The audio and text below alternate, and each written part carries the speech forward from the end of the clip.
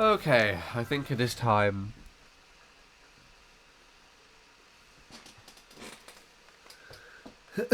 Alright. So yeah, I'm still a little bit sick. So a bit of information about what happened. And the last stream that I did was basically MC3 featuring a cold. I did not check the time that I started this. I just kind of jumped straight into it. We'll go with 10:08. Why not? 10:09 maybe. I need to kind of warm into this. But yeah, so I had a very nasty cough. It started off with a sore throat at this time last week, which progressed to one that was serious enough for me to just be like, I should probably stay at home instead of going to volunteering. And then it progressed into a much worse cold. I think the worst it was on Friday, where I just felt so groggy and not wanting to do anything, to the point where I basically just stayed in bed. And then Saturday I was starting to feel better, so I was starting to do some other stuff, but my head was starting to hurt, so I didn't want to do much. So I stayed at home. Again, usually I go to visit my grandma in the evening, but I decided not to do that. And then on Sunday, I had probably one of the worst migraines I have ever had. Like, I woke up and I felt like someone had basically punched me right in the front of the forehead.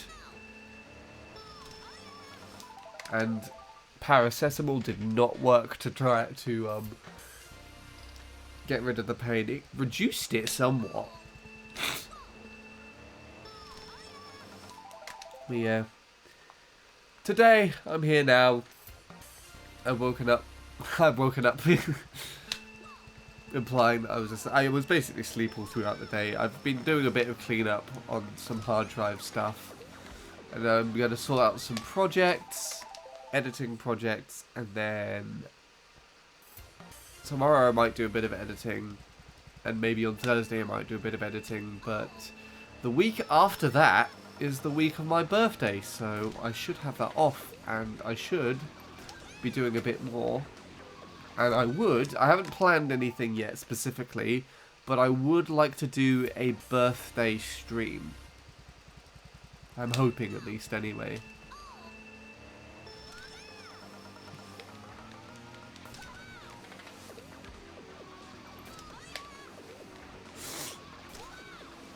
Anyway. Hello, Vanna. Sorry I didn't greet you there. I was kind of in a bit of a flow with a rambling. I will read what you said properly in a minute. Do you think they'll comply with your request? Is that for what you sent on my Discord? I mean, there's only one way to find out. It's not my fault if they don't, though. How are you doing, Vanna? Yeah. I would like to play Mario Kart 7 on my birthday. That might be fun. It'll be my first Pretendo races. I have a feeling I will still need CTGP7. So how was the comparison go? Yeah, it was fine. I was ahead until the last turn. And then I decided to release the mini turbo late and wheelie late for some reason. Bear in mind that this is on Dolphin. So I had a save state there, and I just decided to settle with that. So I could probably drive well enough to get a 0.1. This was from 2 years ago as well, so I was kind of pointing out like changes that are now in my driving. So I'm kind of interested. I'm going to paperwork for my young brother. You're going to do paperwork for your young brother? Why can't he do his own paperwork?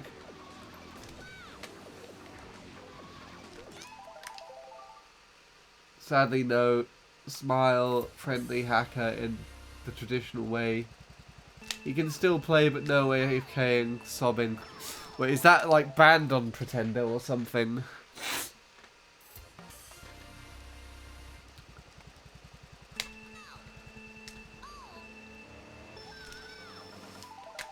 God, I don't feel like I'm getting anywhere.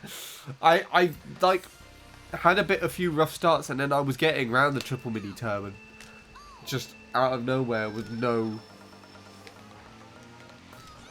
understanding as to how I'm doing it, and now I'm just back to like, let's fuck up the beginning. No idea, but I'm not going to bother trying. Fair enough. I mean, doesn't Pretendo... I'm right in thinking the Pretendo network resets your VR, doesn't it?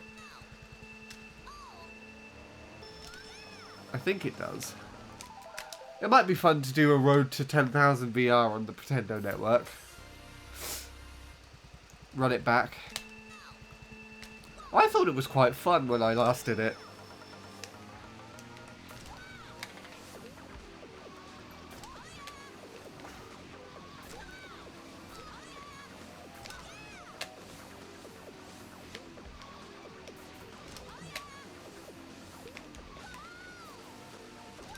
Okay, there we go.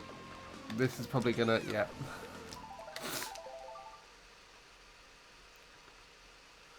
No, you can use the date you already have, but you do you. If you want to start over, it's your decision to make.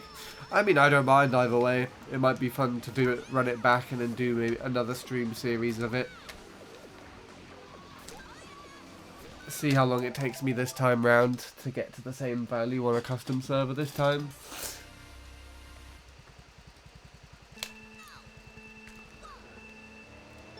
But I also just don't care enough to go out on my way to remove the VR, I guess. We'll see. For what I'm hoping for as long as I can get enough done in this next week, which I think is just reorganizing stuff and getting other things ready for people to use to edit.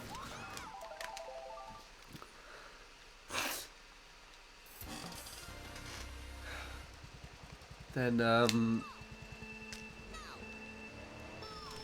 I should have more freedom during December, but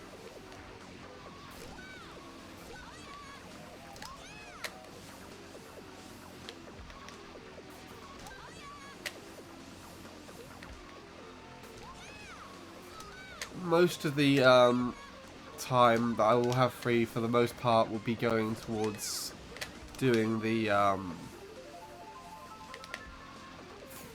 America vlog, because I still need to do that.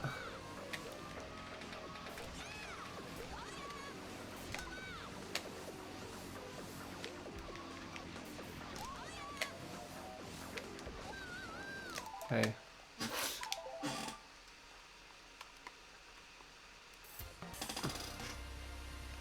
Only code I would be using is flag codes, but that always works. Fair enough.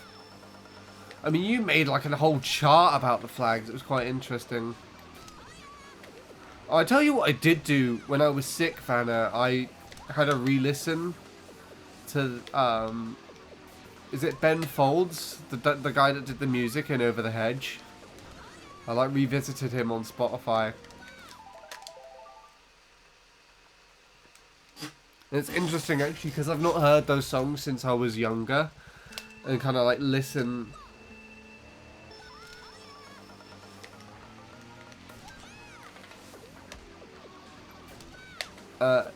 to it with a more like a musical mind. It's quite interesting. Did you compare Luke's time with a lap 1 below 0.1? I thought I had one that was also done by Luke. I thought I had like an 090 lap 1. There's like a 118.076, I want to say. That's the ghost that he always plays against when he tries to go for an improvement on the track himself. And I personally thought that had like a 0.090 lap 1, but it actually has a 0.12. So I did take a look at the 308 in comparison to that on the on Service Pack earlier today, funnily enough. I also recorded some comparisons of the RBC glitch for Jacob. It was actually for my own curiosity, but I guess vicariously it should benefit Jacob as well. I recorded some of that today, and I just took a look at that at the time.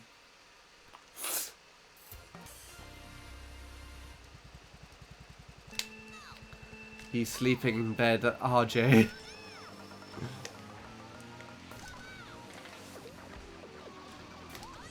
I'll try and PB and give him a reason to wake up.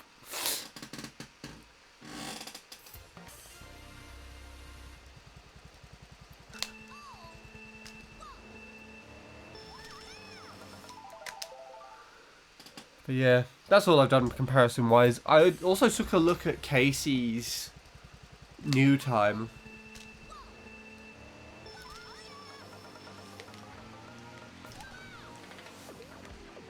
And I think his lap 1 was actually the biggest letdown, and then he just has a catch-up game 2 and 3 on Luke's current records. It's interesting seeing how he does this ending turn as well, because the way he and Vincent do it, like visually looking at it, is basically the same. But you look at the way he does it on the stick is entirely different, because I think because Vincent uses bottom soft drifts and Casey uses the top.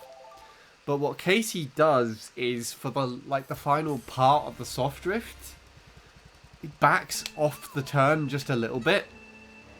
So he's pushing to the top left, but isn't quite pushing it into the crevice. So he's like pushing the stick in that angle, but he's just sort of resting it there. Just like not there, but just above, if you know what I mean. It's not pushed all the way into that corner. And I think that means that he doesn't go all the way to the left too much. But then it kind of goes back to what you figured out earlier, Lewis, where it's like if you don't, the mini turbo releases quicker if you push it at a 45-degree angle. And so I think there's really not much to it, but I think Vincent pulls the mini turbos ever so slightly quicker. But I think Casey's alignments are better for it.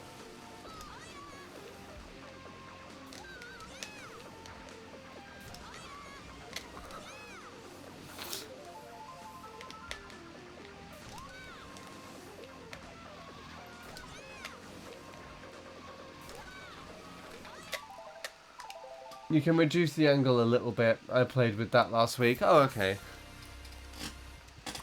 Either way, I just thought it was interesting looking at how the two compared when you got to that bit.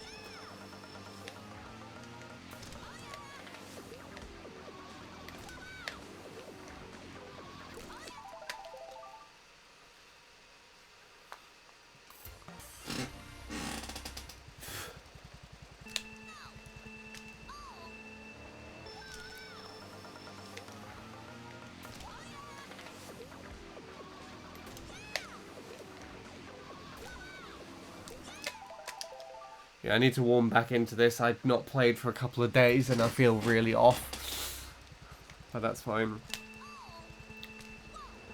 The good thing about it is this is our derusting session, and then on Tuesday, William is back. So I can PB with him on stream and then I force him to play MC3.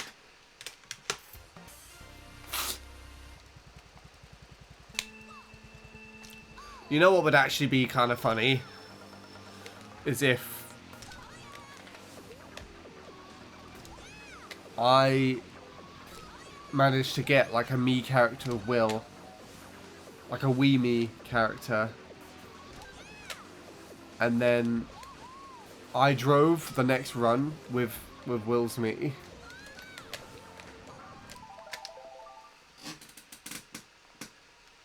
Because then like, because I have the British region as well. Would that effectively count as Will's PB on this track?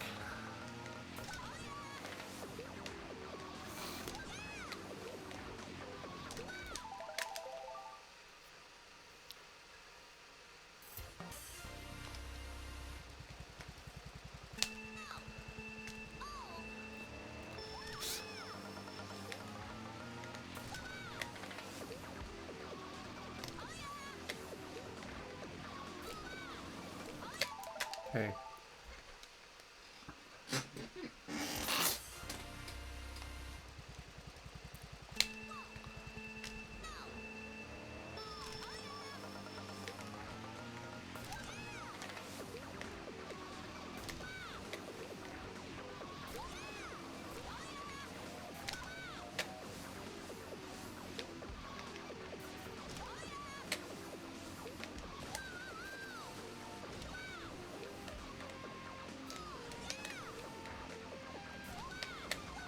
It's terrible. But you know what they say, or what happened last time. I casually just set a 0.3 with a 2.9 lap 1.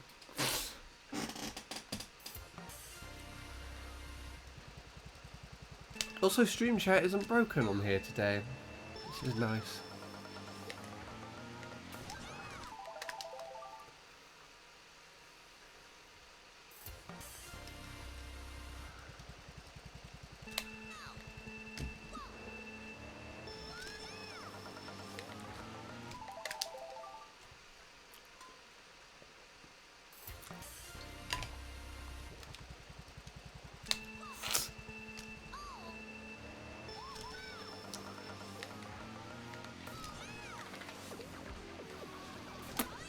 Ah! I thought I was going to hit the pipe.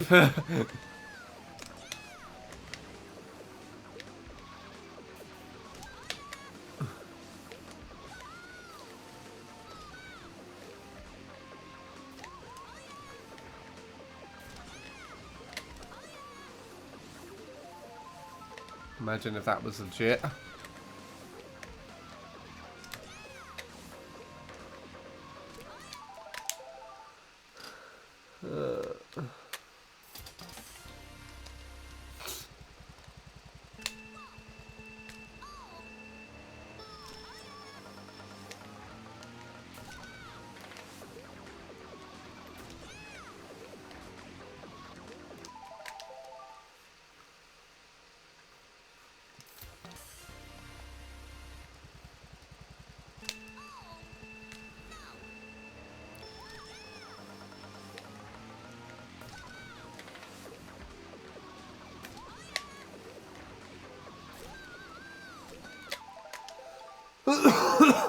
Excuse me.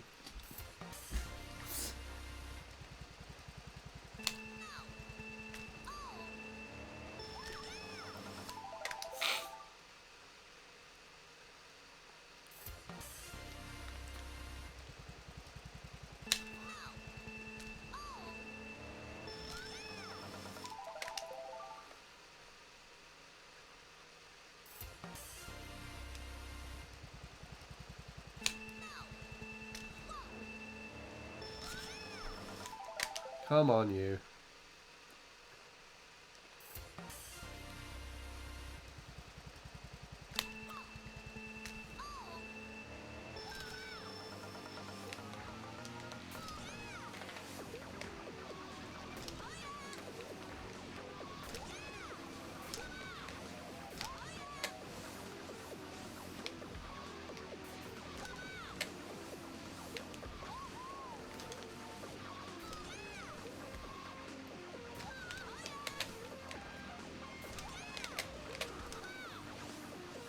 I need to practice this a bit more, so...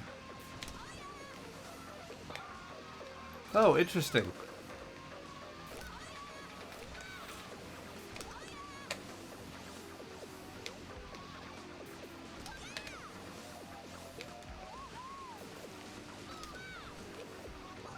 No, you dick. I wanted to know how quick that was gonna be.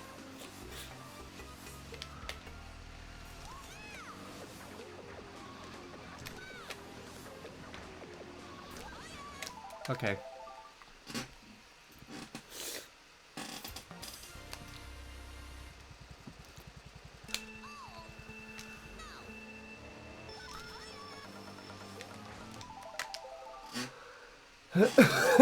Sorry about that. It is gonna be quite consistent.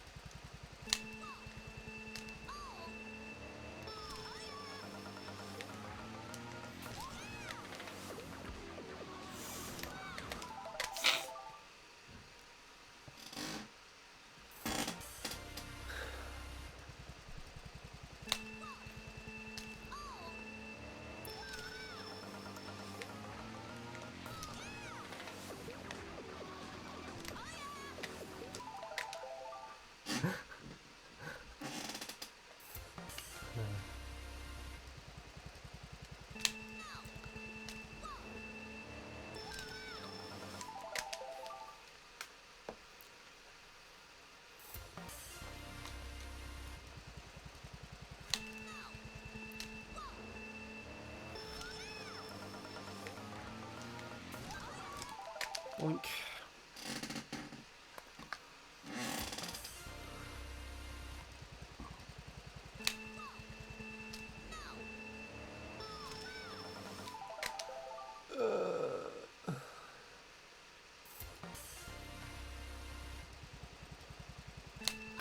Just one thing, chat doesn't always speak. Thank you for the reminder. But I don't think that part can be fixed, can it? No, it just depends on who's here and who feels like chatting.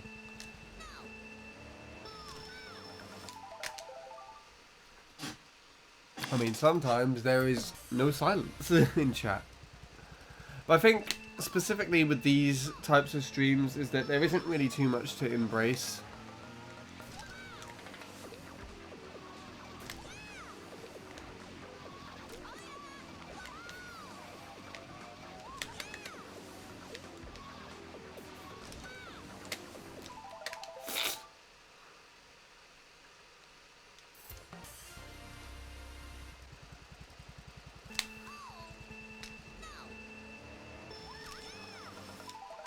So find out why you're missing mini turbos. Is it because I'm not hitting the angle correctly and drifting late?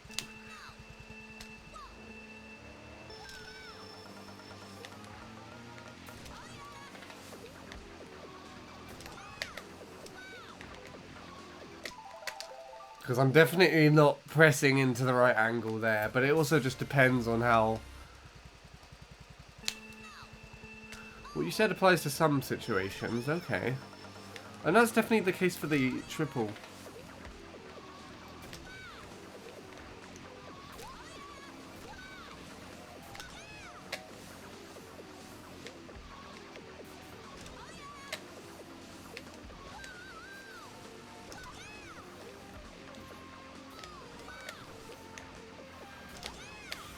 I was about to say there's a 0.1, but then... Why did I have to do that? They'll send me a picture explaining it on Discord.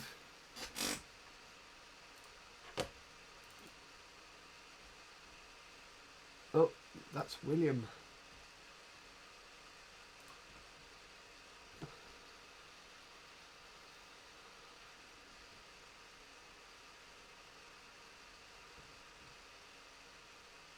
Okay.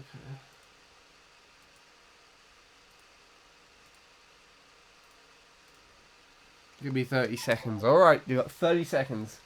If you don't do it by then, you're getting banned. Nah.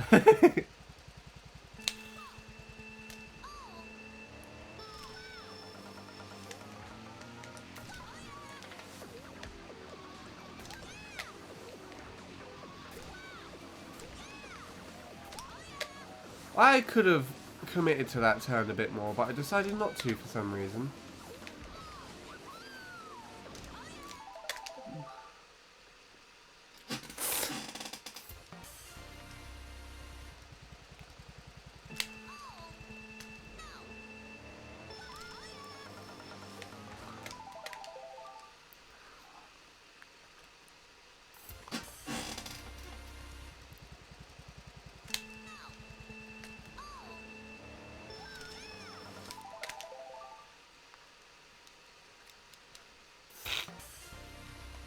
Ugh.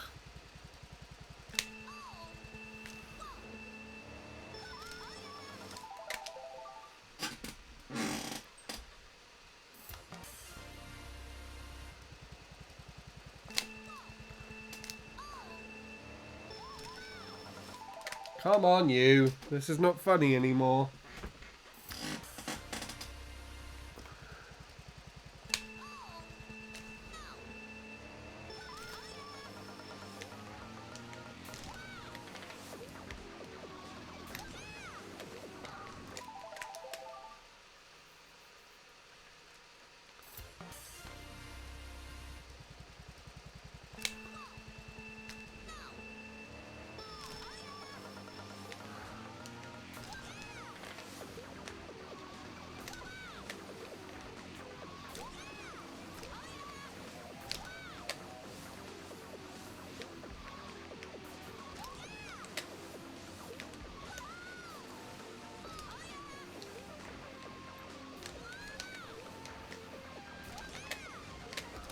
such a late... Okay.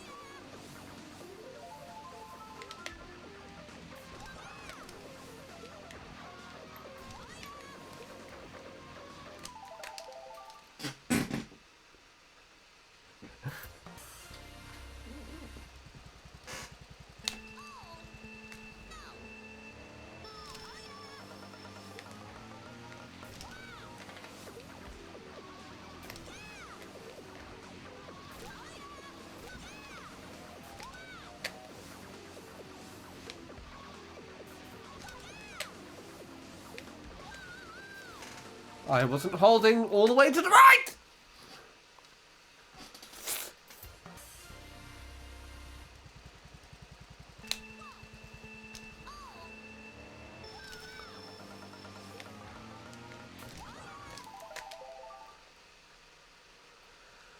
Ba-ba-ba-ba-ba-ba-ba.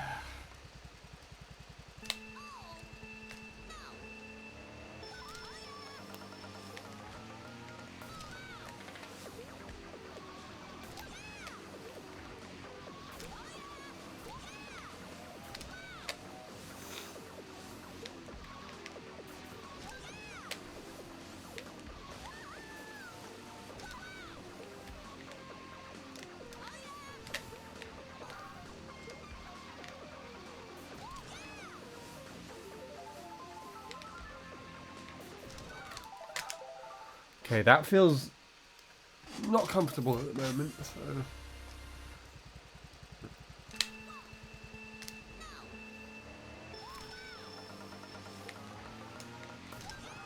Boink.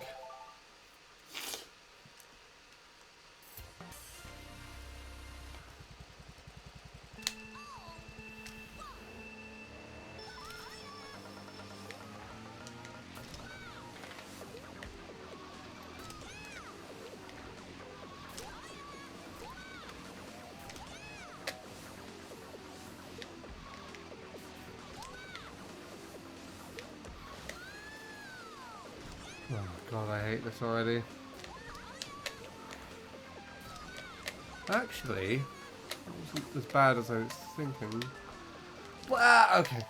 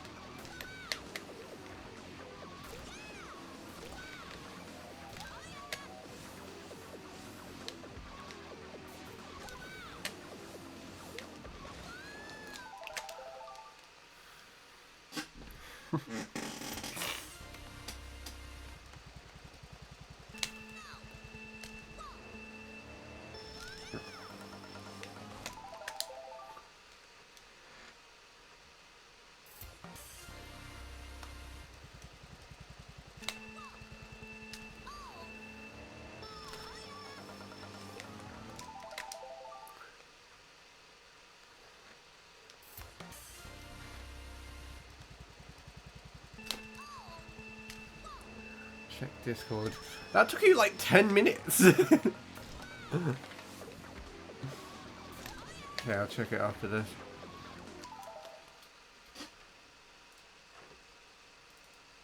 Let's see.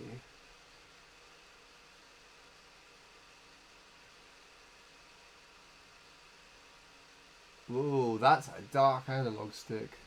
As long as the joystick is touching the hexagon, it will recognize the drift. If the joystick doesn't touch the hexagon, you will drift but won't gain any moment, like any mini turbo. Yeah, The following photo will show an incorrect joystick position.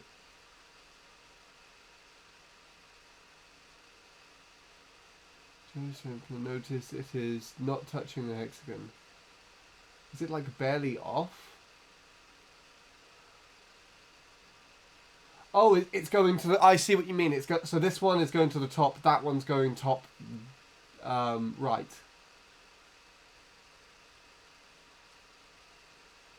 Right, I see. I have to download this video in order to see it. Right, so what I'll be doing is the inverse. So when I'm trying to do the triple, I'm not holding it in the corner. I'm holding it basically straight down. Because I go bottom right. For some reason.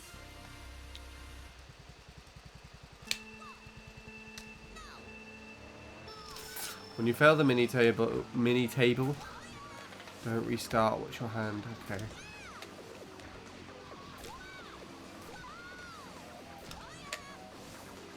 I failed that without, like, failing it that way.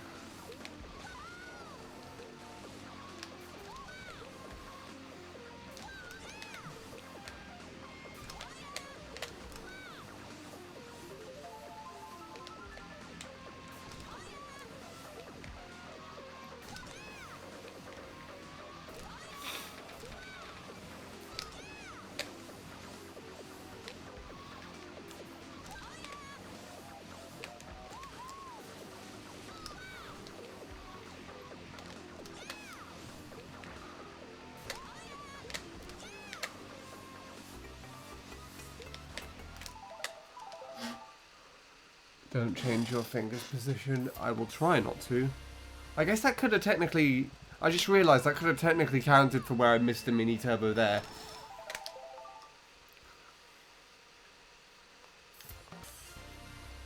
On the second to last turn. I can't have possibly been pointing it straight up, surely.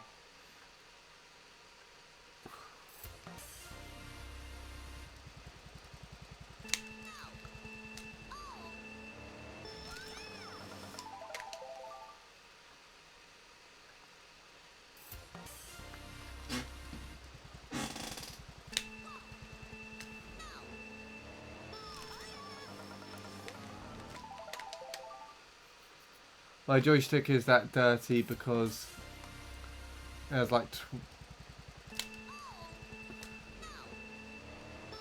like 12 years old. Oh, it's 12 years old.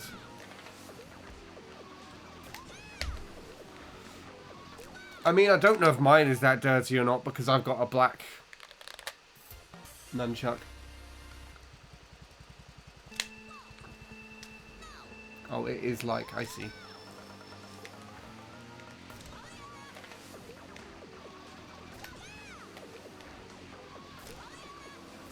I think I'm getting the angle more now.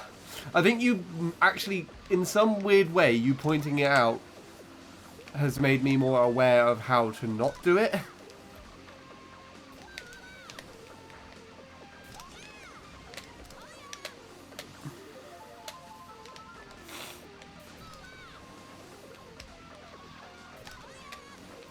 Not that I'll be able to keep it up though.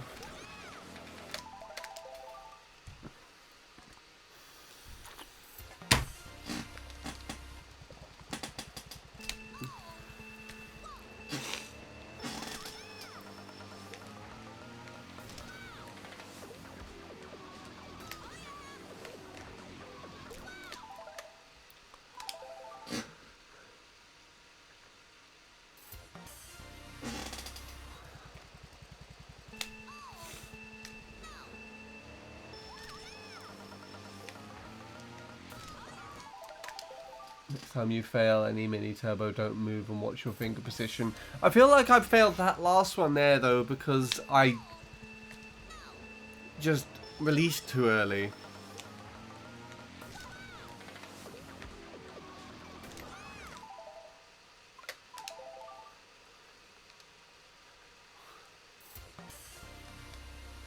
Are you going to copy and paste that every time I restart now? On any mini turbo? Just fail the mini turbo on the hairpin.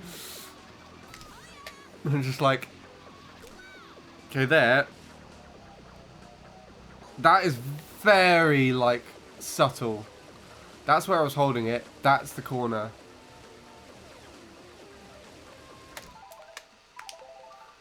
You didn't do it on purpose.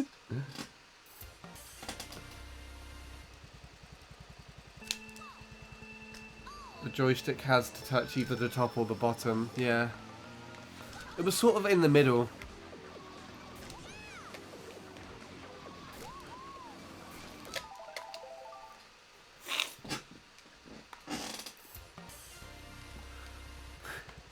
You know what would be funny as well, actually, is if we made that message like its own command in chat. So you could just do like !MT and then just, and Lightbot just posts it.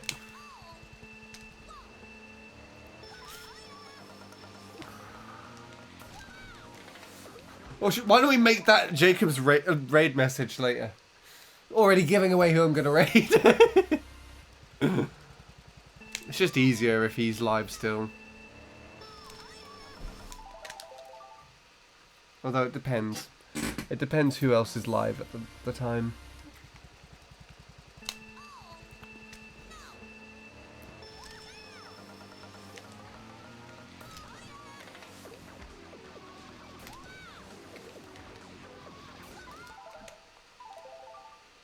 By the way, I got a 1:27 lap 1 today. Nice! Is that your fastest lap now?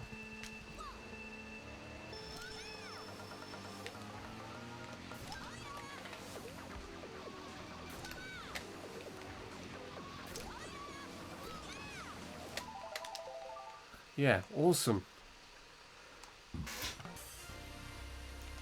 I mean, that's better than me. By like 9 milliseconds, I think.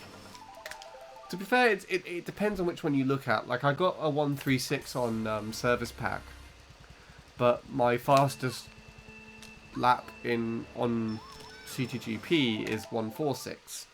But both, I feel like once you push past the 150 mark, it actually doesn't feel like I need anything more out of my lap ones. At 1:46 alone, I compared it with Tyler's 1:07 lap 1, and it was actually relatively clean. Like, I was pretty chuffed that I managed to drive something like that. I think the only thing that was kind of off with it was the same places that are always off, which was the second turn and I think the last turn. But I think actually it had a relatively strong triple, relatively strong beginning.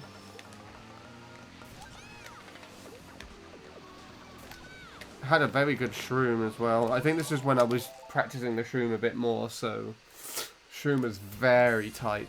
Exit was very good on it. And I just think, like, if I'm able to drive that cleanly, even though there are some minor mistakes that potentially prevented it from being any better, the fact that I've been able to kind of pull that kind of level of driving together in one sitting is remarkable to me alone.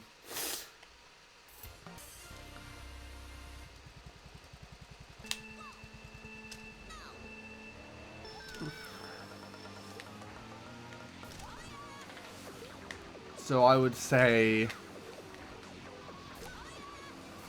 yeah.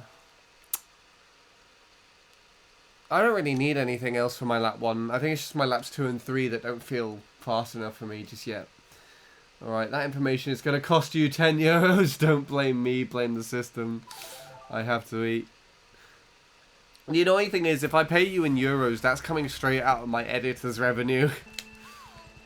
Because I get paid in euros for that, but my actual money, like my personal money, is in pounds.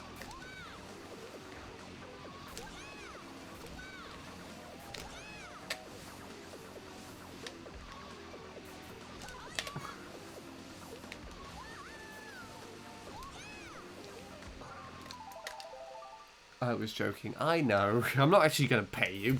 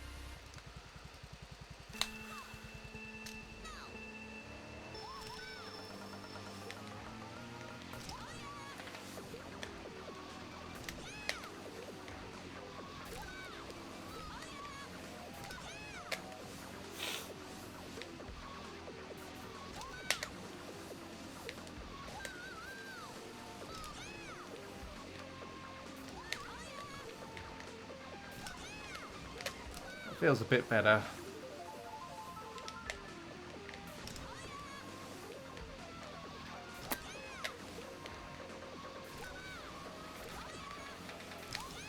Why am I over here? Why?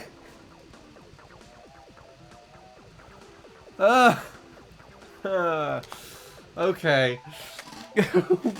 I think I just did that last section of the triple way too late, and I decided to be like...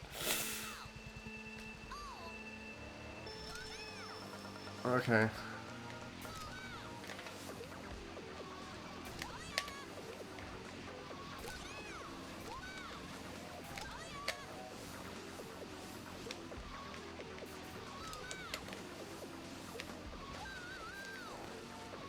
Boink.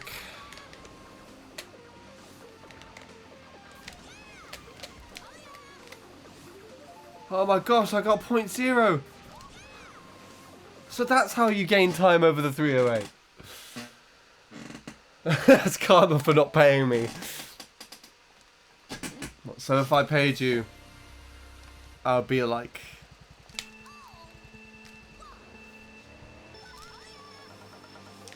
safer on the end of the triple, is that what you're telling me? I gained the Lewis immunity for a bit. World record pace, yeah. Why don't you just use 2 shrooms on the lap? Just each lap. Just 6 shrooms in total on the run. Then it'll be just free world record. You know?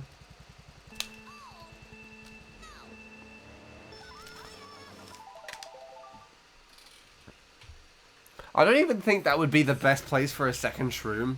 I would imagine it would be the triple mini turbo turn itself.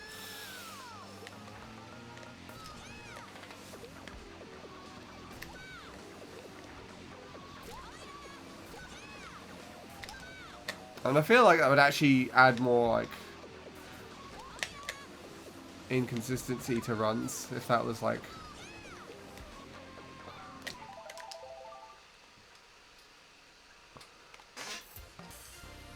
I had troubles with the second mini turbo, to be honest. And everything after the SC. Really? I'd say that was, like, your strong point. You definitely understand it more than me. And you know how to recover. You need to, like, if you misalign the shroom as well.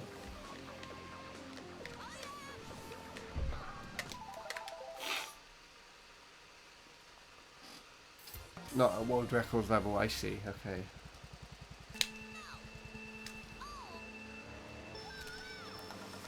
For a split second, I saw that as, like, Weewill's level. I mean, to be fair, Lucas's Weewill BKT is phenomenal in that section.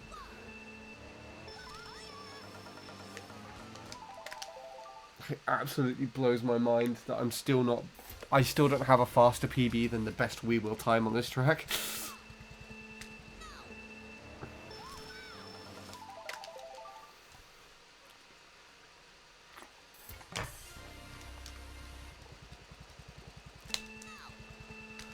But it's almost like I'm not a better player than him, so... I also don't feel bad.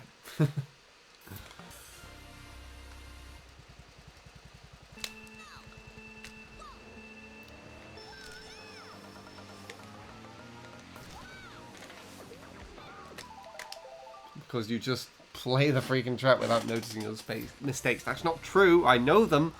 I just choose not to do much about them.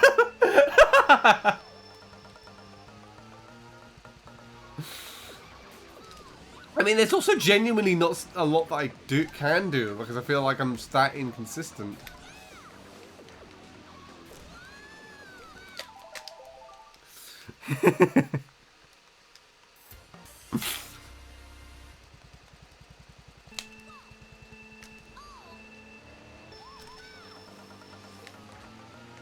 I feel like, again, there are areas of the track that were weaker. And they are, you know, still objectively weak areas of the track for me, but I have been doing them much better.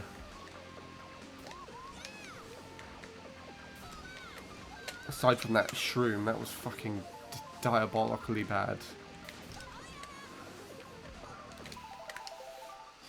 By the way, I got a 25.359 lap 1 Moo Moo Meadows out of nowhere. For a minute I was thinking like, you might have mistypoed, but then and got like a 3 instead of saying like a 0.9 or something. Which would have been kind of sick. But yeah, that's cool. I don't know what the standard is for that track now.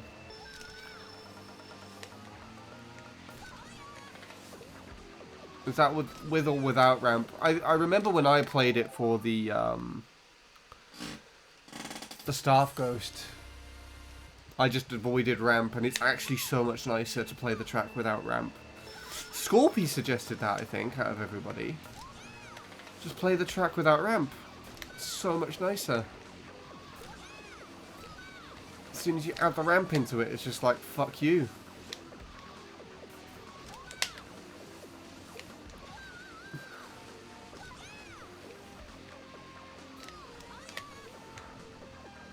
Huh? Okay.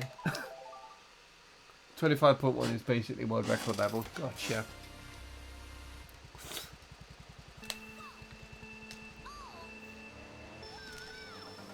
So it's effectively the... I guess it's effectively the distance between my, like, average 0.1... my average lap 1 on here, or... I guess... PV lap 1 compared to the world record here, considering that I get like a mid 0.2 and they get 0.0.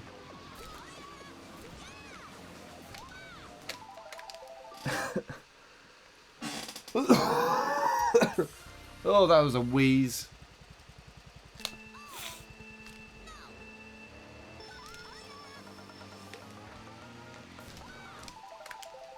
And if it makes you feel better, the triple matters, but not as much as you think. I mean, with the, what was I saying? It depends on the way you do it, I think. Because I think the way that you do it is, at the best of times, barely faster than a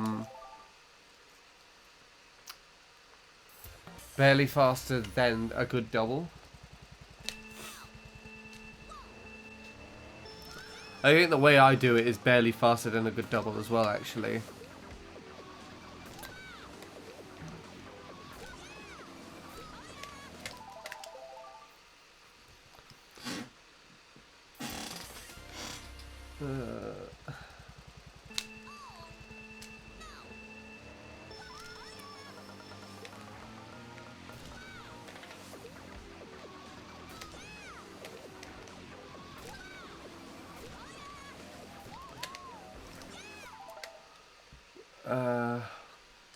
Remember my 26.136 lap 1?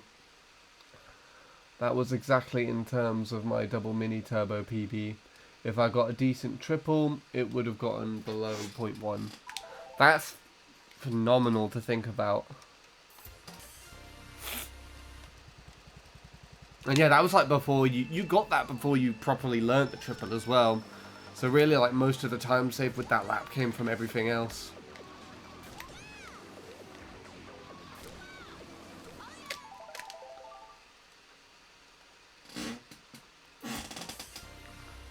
Triple just reduces like 50 milliseconds. Was that 50 50 milliseconds per lap? I remember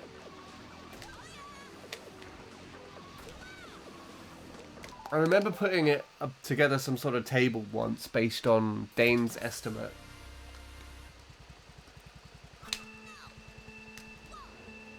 But I think Dane overshot it a little bit.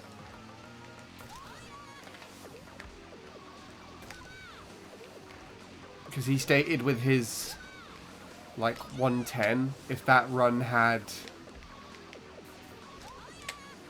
This was ages ago, by the way. And I could also be, like, misremembering it. But I believe Dane said something like his 110, if it had good triple in it and then just the rest of the driving, would be...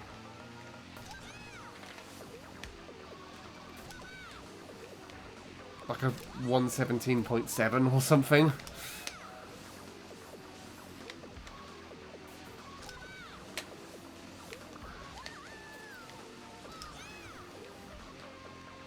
I do wish Dane continued playing. I think he got the 110 and then he switched to Wiimote and Nunchuck because he kept having like problems with his GameCube controller or something. And then just never... and just hasn't continued for recently.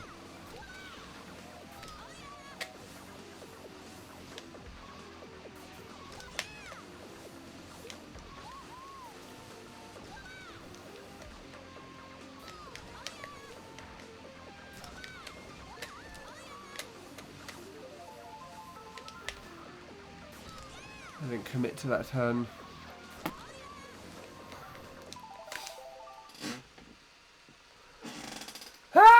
Okay, fine. This is my warm-up session.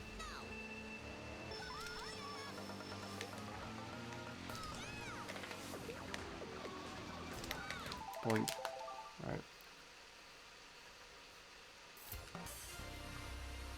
Hi, Chris. How are you doing? Long time no see in voice to talking to you in my chat terms.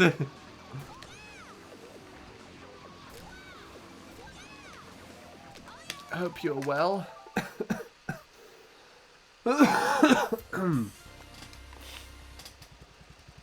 I'm good, how are you? I have been sick recently, unfortunately.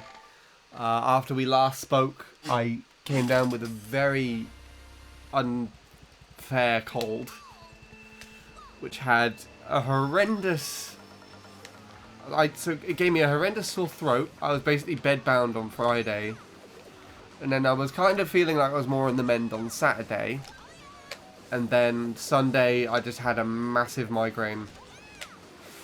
So I've been through it a bit recently, more than I would like to. I mean, more than anyone would like to, I would hope, but... there we go. I'm back to focusing on this and trying to play the game. I'm surprised I drove that well while talking. We're doing a little better.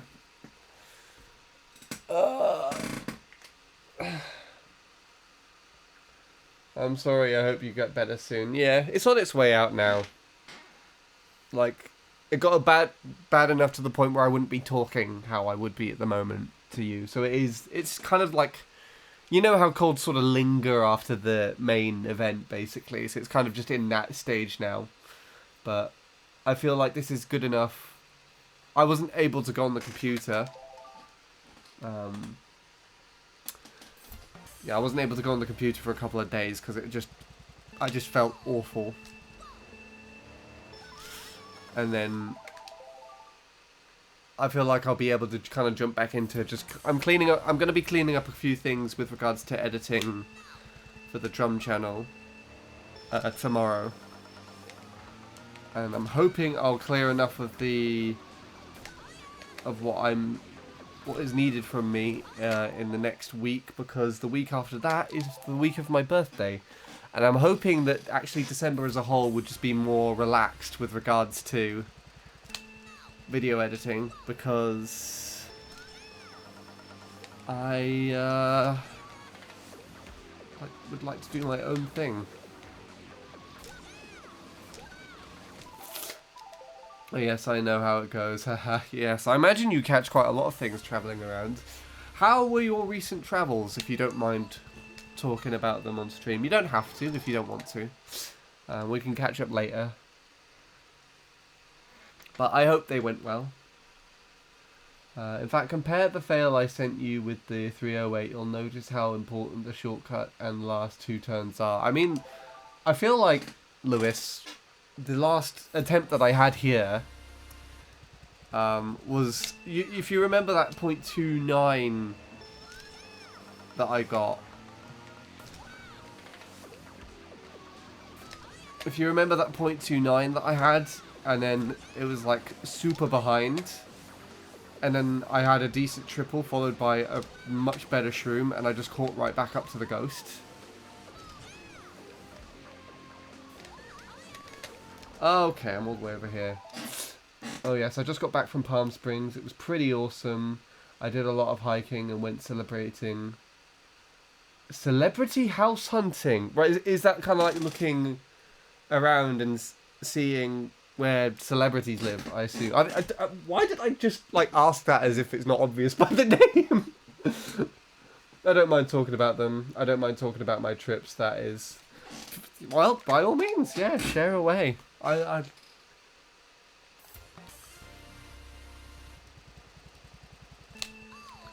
That's cool. That's good.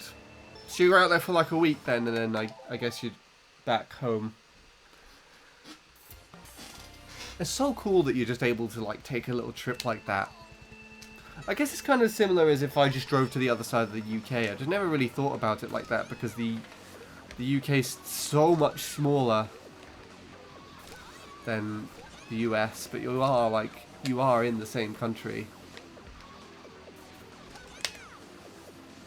I guess what's more similar to it is how I went to Germany a few months ago. Which is, fun fact... we're now closer to the end of the year than when I was in Germany. And it does not feel like it has been that long amount of time. Long an amount of time? Wait, what did I just say? My brain is still somewhat fried after being sick, so I apologise. Some of the sentences I say do not make sense.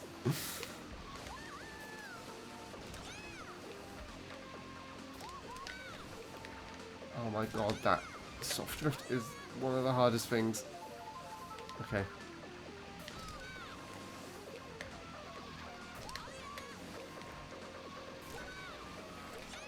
Shit. Travel to a few places, know some states, meet new people. Yeah, it's on the list to go back again someday. So the unfortunate news, Chris knows this already. I am unfortunately not going to NAMM next year, which means I'm not going to California again. Despite the fact that both my manager and Emma are going.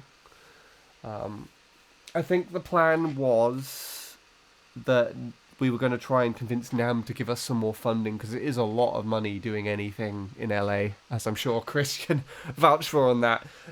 My wallet was a lot lighter when we went there. Not that it's that I didn't have enough money to spend there. I've saved it up for ages with the hope of travelling someday. Yeah, I don't understand. I paid like $20 for a bottle of water. Like, it was one of those big ones, and we needed it because we went hiking. But it's like, yeah, it's... Basically, I think the hope was that we were going to try and get NAMM to fund things. But if I have to be honest, a lot of the stuff that we filmed...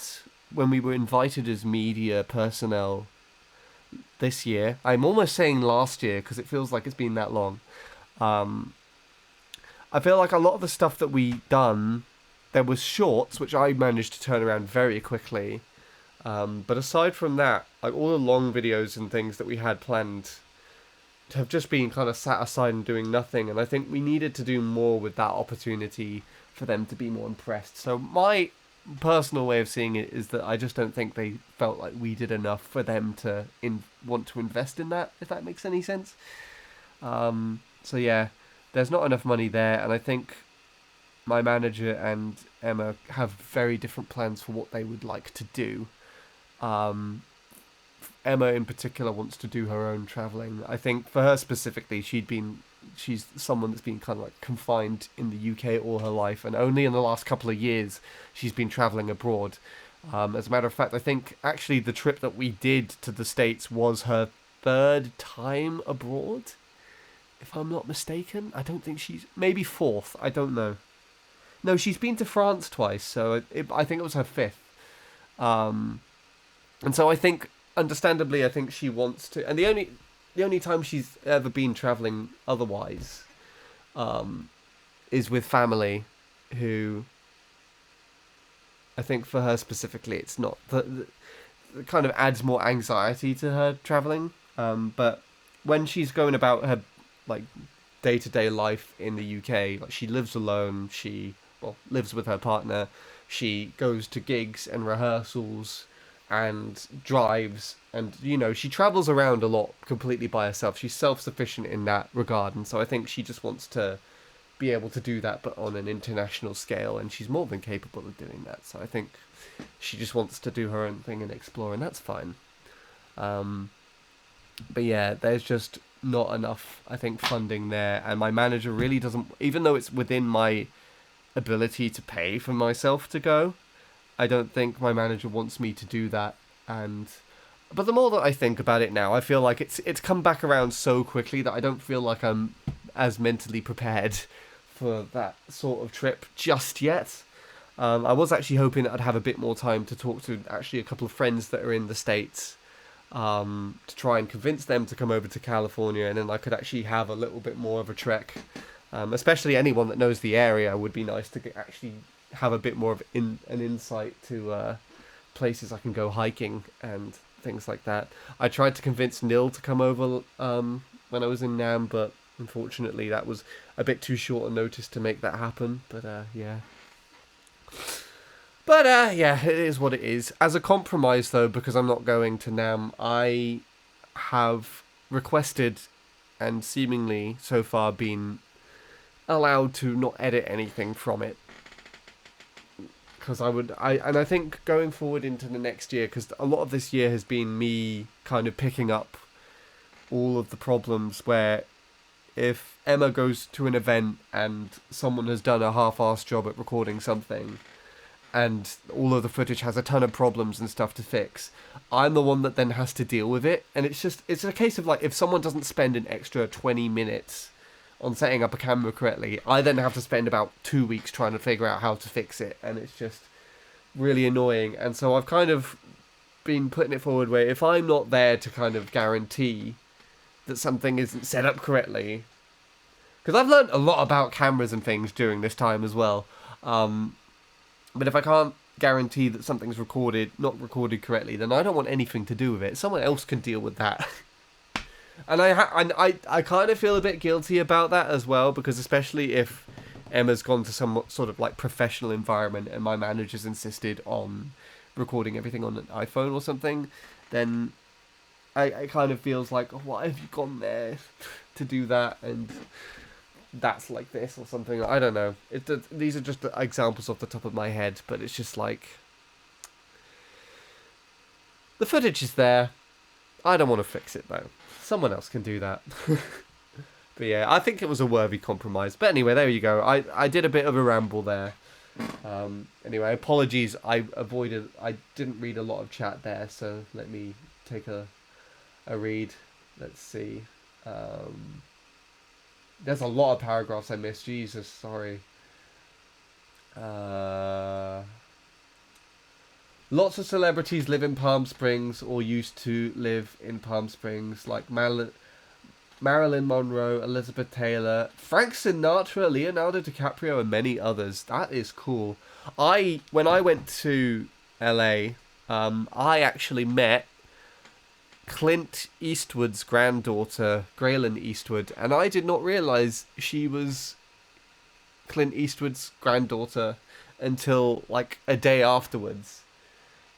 And the only reason as to why I met her is, believe it or not, she is a drummer in a band, and she happens to watch Emma's videos online, which already is remarkable. Like, someone who is the literal, like, granddaughter of such a famous name, and it's just, like, they are a fan of my friend's videos. But yeah, I met her not realizing who she was. It was kind of cool. I was in Palm Springs for 4 days. That sounds like a decent amount of time.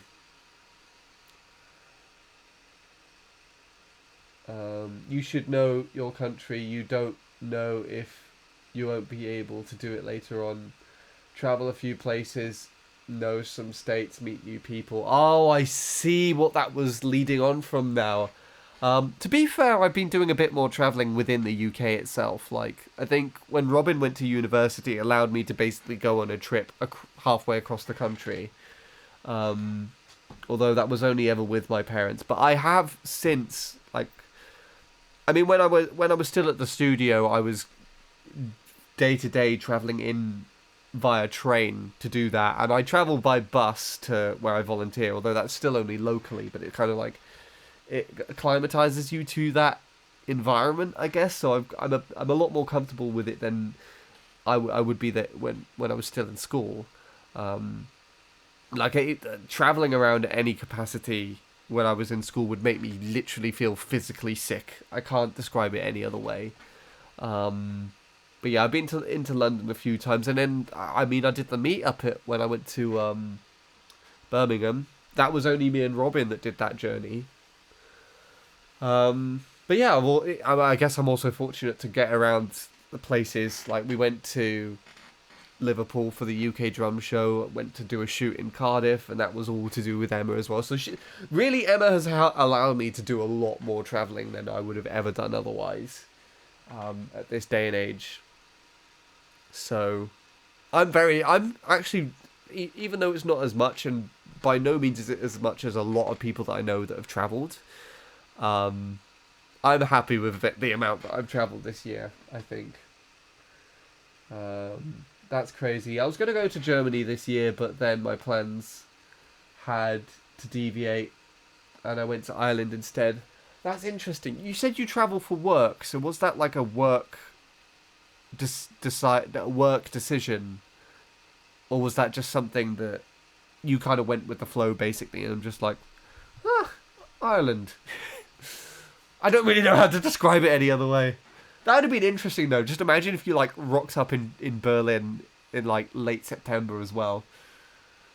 And we just happened to be there at the same time. I think you went to Ireland slightly earlier than I went to Germany, though, from what I remember seeing pictures of. But, yeah. That's awesome, though, that you get to do that. I'm still, like, it's so impressive. Is the USA more expensive than the UK? Definitely. I mean, I can only really speak for LA and San Francisco. LA was very expensive. I feel like things were slightly cheaper in San Francisco, but not by too much. Although I was very sick when I was in San Francisco. That's why I prefer places like Palm Springs and San Diego in California. And honestly, it's way better than LA. I mean, to be fair, like, from the pictures I've seen, it doesn't look too different. Like, if you just stood outside a nice house and took, like, a selfie with, like, the stereotypical, like, really tall palm trees they have over there, you could say, like, the first thing that I would think in my mind is just, like, that looks like LA. Like, they have a very similar appearance, so you can kind of brag that you're there without, like, actually being there. But yeah, I mean, the only reason as to why I went to LA out of all places is again because of Nam. Like, Nam is the only reason as to why. Otherwise, I would have gone somewhere much more naturistic, which is why me and Emma went up to San Francisco, because we went to see the redwood trees. The big redwood. They weren't like the big redwood trees, but they were pretty impressively tall still, nonetheless. I have some pain on the right side of my neck. Other than that, and waking up a little off, I'm alright. Pain on the right side of your neck. That sounds like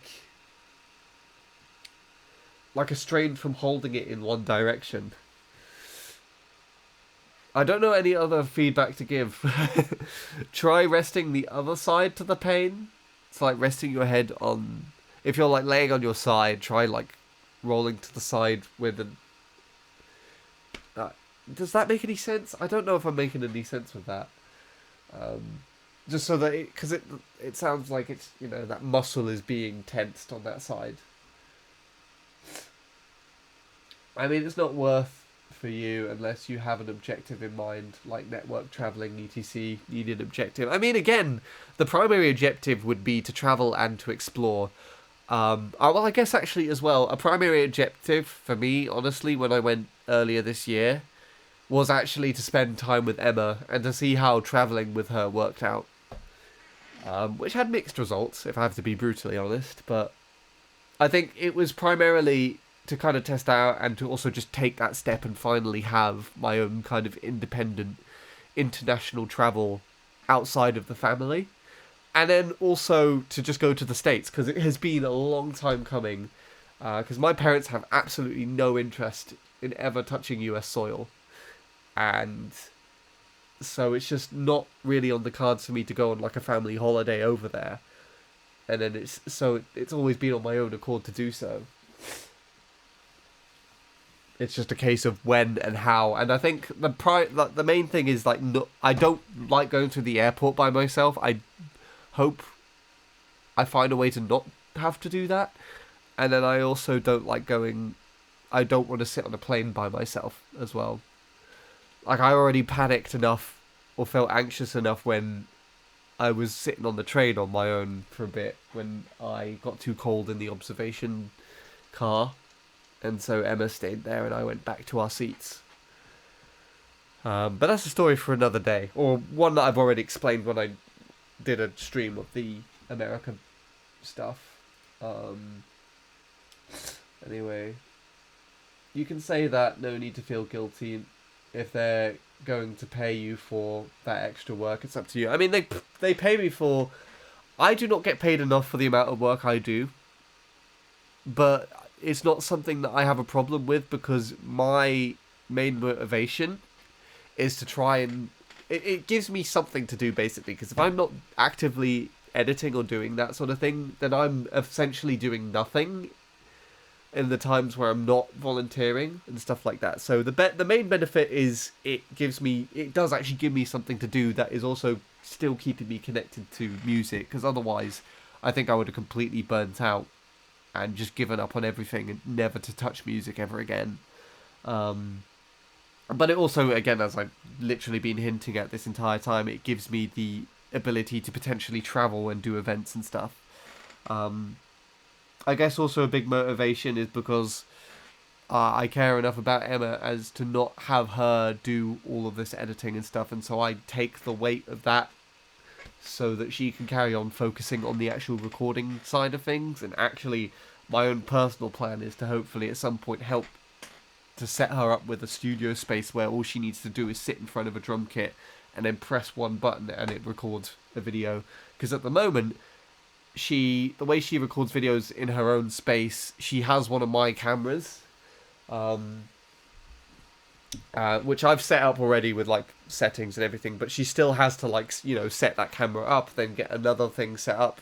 She has her phone, I think, recording in second, records the drums audio separately. She has to set up all the lights and like get her laptop ready and stuff like that. She has to do all of this, which takes at most like half an hour if you're not quick enough. And I hope to streamline that one day at some point. And then after that, I'll probably try and start putting the money back into like future projects with regards to music for myself. Well, this morning, P. Wow, that's awesome. The only celebrity I've met this year is Lionel Messi. Is it Messi or Messi? He was a pretty nice guy. I can't say I recognise the name. I'm going to have to look that up, I'm afraid.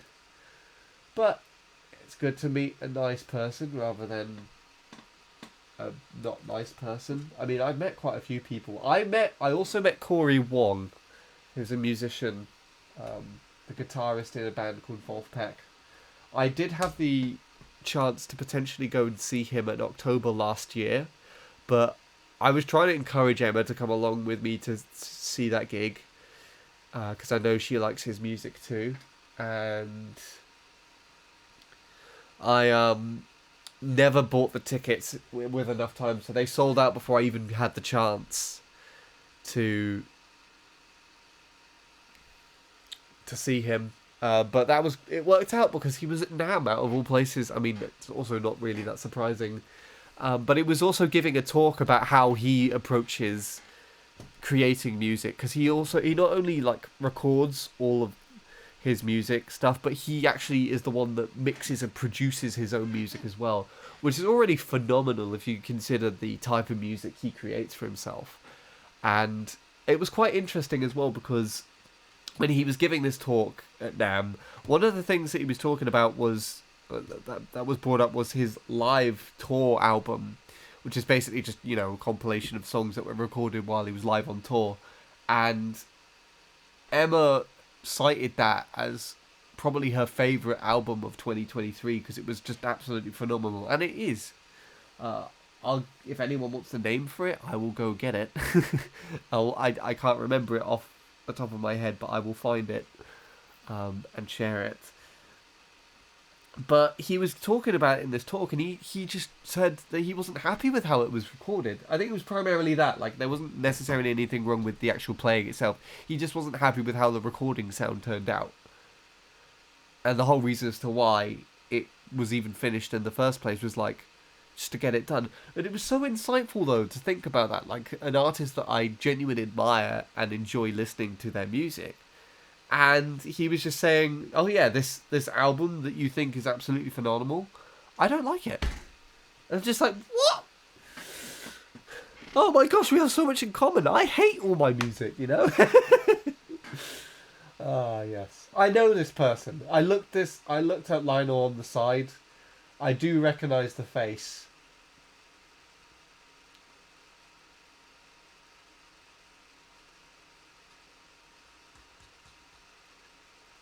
Football player, I see. Anyway. Well, the reason why San Diego is better is because it's not as expensive, and also there is some more hiking to do there. Also, San Diego is nowhere near as busy as LA. It sounds like I would enjoy it quite a lot there then. And that's like further south as well. Isn't that like close to the border with Mexico? Maybe we should have gone that way after LA. I mean, the contrast between LA and San Francisco was ridiculous. You went from like hot, like 20, 30 degree weather, summertime, basically dry heat, to just rain. There was a storm in San Francisco when we went. In fact, the day we were leaving, flying out of San Francisco, I got on my tablet and phone a severe flood warning. And like when when you're on the plane and it's like being blown around by the wind and you like feeling that little like turbulence type thing. We were getting that while we were still sat in the terminal. Or like the plane was sat in the terminal. Or at the terminal. You know what I mean? It was on the ground and it was shaking. That was how windy it was. The takeoff was it was not smooth. It was not smooth at all. Oh my god, it was not smooth, you know. Yeah, that was a rough flight. The flight itself actually was fine. 9 hours back, very long, but I actually managed to sleep through it. I was really sick.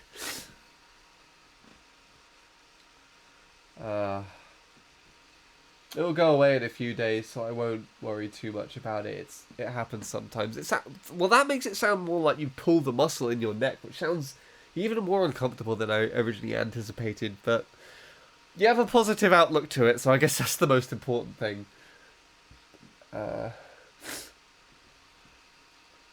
be honest, your studies and career direction point towards media. To be fair, I feel like I've been more kind of intertwined with the media side of things more in my life than I have done with music. I mean, music has always been a prospect of my life because my mum and dad would listen to music quite a lot when we would drive around places. Specifically, my dad. I think a lot of my early music taste stems from him and what he used to listen to in the car. Jesus, sorry about that. I don't know why my nose made that noise. But what was I saying with this?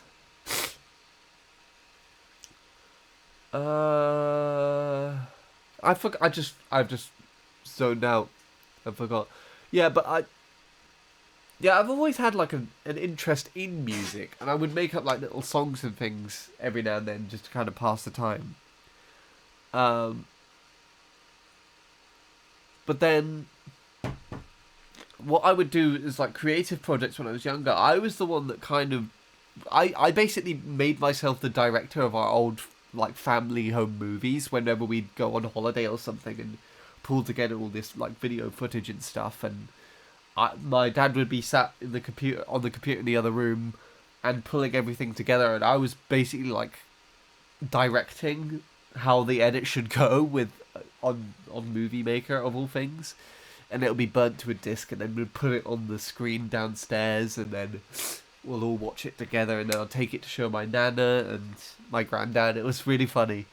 And I guess technically that's what I kind of want to try doing, but to a much more advanced level than that with the America vlog. That's still not finished yet. That's going to be my primary objective in December, is to finish the USA vlog.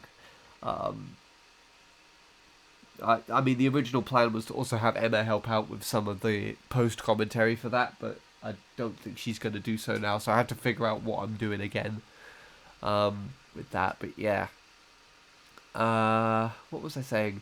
Yeah, no, I had more of a direction with regards to that from a young age, and like also an interest in photography and filming stuff with a camera as well, so I had cameras from a very early age as well. And then obviously my interest in running a YouTube channel or just YouTube in general stems much further back than when I actually started looking at music instead. And I think I only really took a switch to music because I had such a detrimental time in the later half of secondary school. Like, I've always dabbled with music as well when I was kind of after the phase where I started getting my guitar. I would always fiddle around on the guitar and just kind of come up with little chords and things. And it is a genuine interest of mine. Like, I do enjoy composing music and theorizing music, listening to bits and like picking out chords and stuff like that. But on the grander picture of things, it seems like more of my interest has always lied within producing videos and kind of doing things like that. And that's why it's so interesting when you take a look at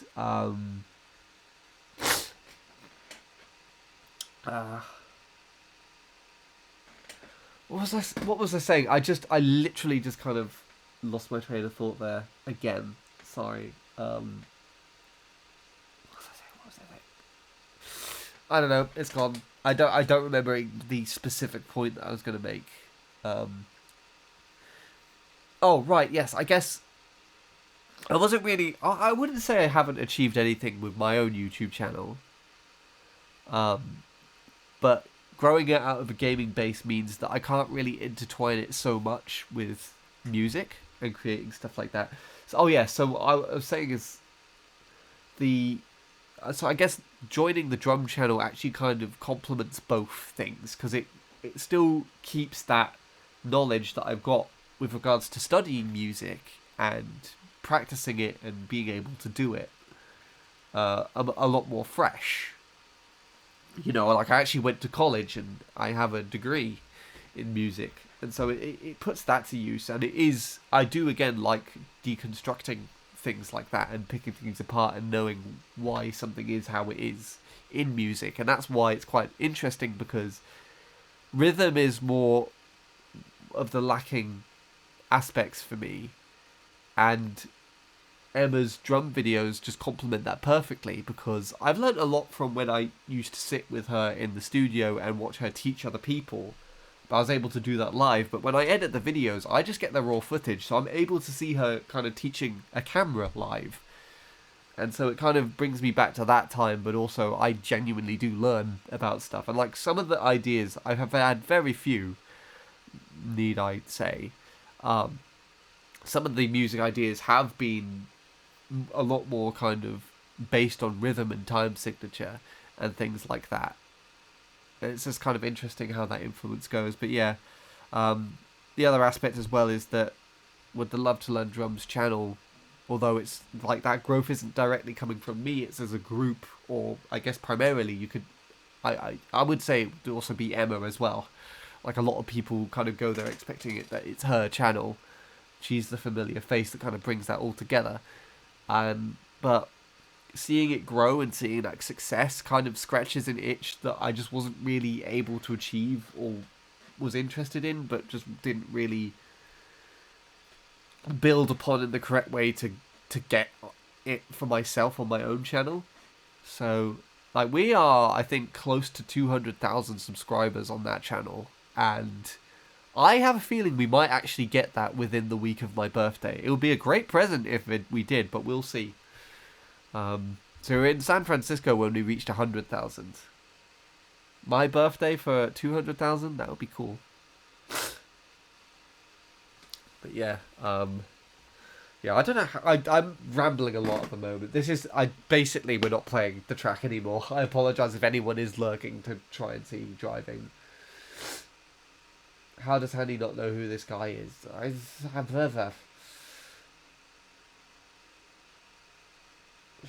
Oh, Lionel Messi. That sounds more like a female name. Is a famous soccer player, one of the best soccer players in the world. I mean, I feel like I don't know him by name, but I know him, like, how he looks. I'm pretty sure I've seen him before.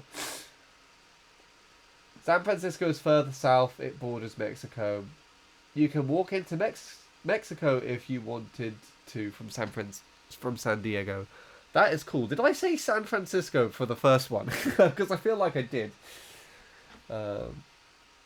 You lost your chance to eat authentic Mexican food and the experience of spitting fire. Next year. Did playing Wii Music inspire your passion for music too? To be fair, probably. Because Wii Music, I kid you not, I have a video of Wii Music, of me doing the orchestra game, and that was, for a couple of years, my most popular video on YouTube. And you know why? It's because, you know the Wii Shop Music meme, or the Me Channel memes that were circling around in around 2017? People would refer to that as the Wii Music meme. So people were using the search term Wii Music. And then, so this was kind of being recommended to people that were kind of within that meme culture. And then also, the game itself is quite memeable in general, because it's quite bad. But then I also did something else that no one else had done, and there was a song specifically in that called Carmen that no one had recorded proof of getting 100 points on. So I figured out how to get 100 points on that, and then I recorded like 100 points on all 5 songs. So it was a completionist video. It was making use of the meme, and it was a game that not many people knew of, really. Like, not many people would see that game and heard of it as Wii Music, and I know that because I got a ton of comments being like, "What game is this? What is this game? How can I get it? How do I not know about it?" And I was just like, that was really funny. 200,000 subs, that's awesome. Yes, I'm really happy about it. Handy is capable of moving cities. Do you mean like moving cities as in if I move from one city to another, or physically moving it, picking up and moving a city?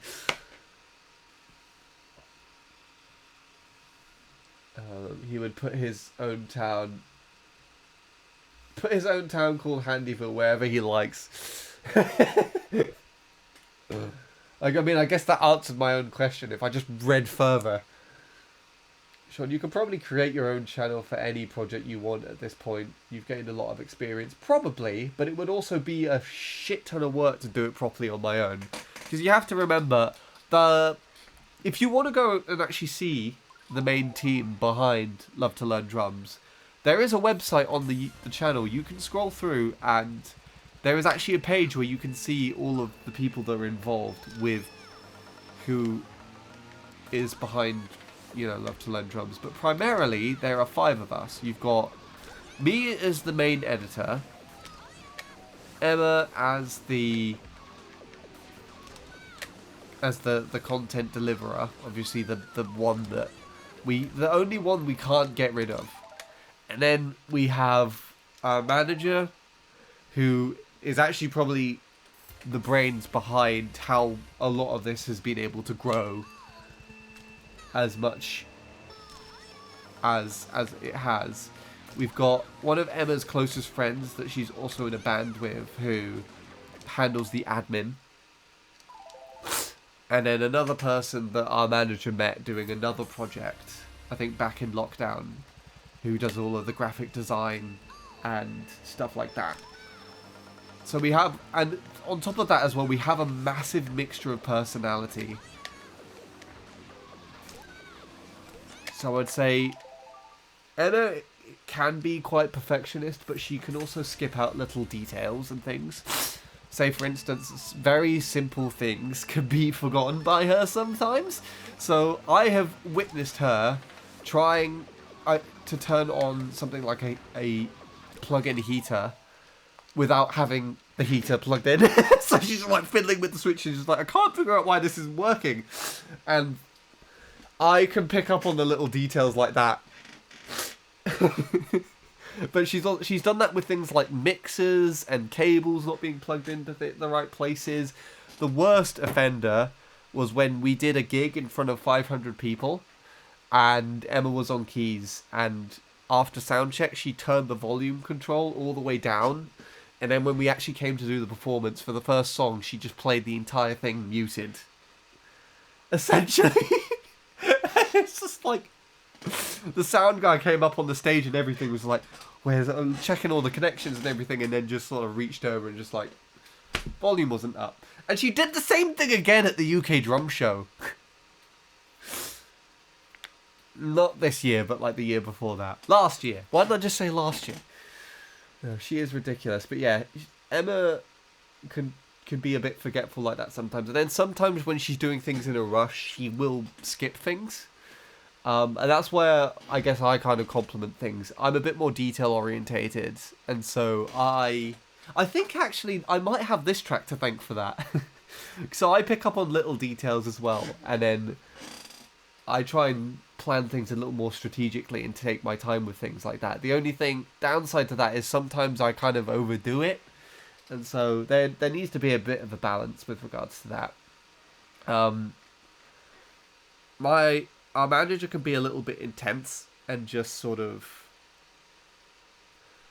kind of do several things all at once, or suggest doing several things all at once, and sort of jump back and forth between things. I don't really know how else to say. We're pretty sure he's got ADHD, even though we haven't properly spoken about it. Like, the characteristics are very much there in the way that he acts and tries to do things. Very good at taking charge, though, and just sort of knowing what we need to do to get things done as a team. So it's like good there, but then sometimes needs to be reminded of just to kind of take a breath and sort of slow down and not focus on some things right now, because he can also get fixated on specific things and sometimes in the wrong way. Like when we were trying to sit down when we were recording at the Zoom headquarters, we did a podcast, and it took me and the videographer about like 10, 20, 30 minutes to set up a camera, and he got a bit frustrated that we weren't like ready to go and record, because he was ready to go and everything. And so one of his suggestions for that was, because the cameras were taking too long to set up, to just buy like 3 iPhones and just have them all set up and going. And I don't think it was possible for me to have face palmed any harder. I mean, I actually didn't like do it really hard, but I was like, and you know the funny thing is about that is that we look back at the podcast footage, and the footage that I have to fix now, that because we had 2 cameras and an iPhone, Have a guess at which one has the problem or doesn't look the best. But yeah, he just likes to do things, I think, the simplest and quickest ways. And then the one that kind of talks more common sense into him for that sort of thing is Emma's friend, who I think likes to plan things through a little bit more and is definitely the organizer out of all of us. Like, she's the one that... I've got a hard drive just back here that was brought with us to the trip, and for the most part she just sat in the side room and we took SD cards and everything to her, and she just organized them perfectly on this hard drive so that when I got back home I just had everything ready to go, basically, to just start editing. As a matter of fact, I literally started editing the day that I got back through the door after I flew back. So yeah, and then the last person who does the graphic design and everything, just... I think she's the comedic relief, I would say. She's not very technically minded. She's, I guess, the more creative out of all of us, but she is also the one that I think just provides comedic relief and just a more positive outlook on things. Is that the right way? Is that the right way I want to say it? Something like that. Basically, you see what I mean. Like, a lot of these like different traits and approaches to work complement each other, and it's not the perfect match of teammates, but I think it works really well. Anyway, I cannot remember what initially started that.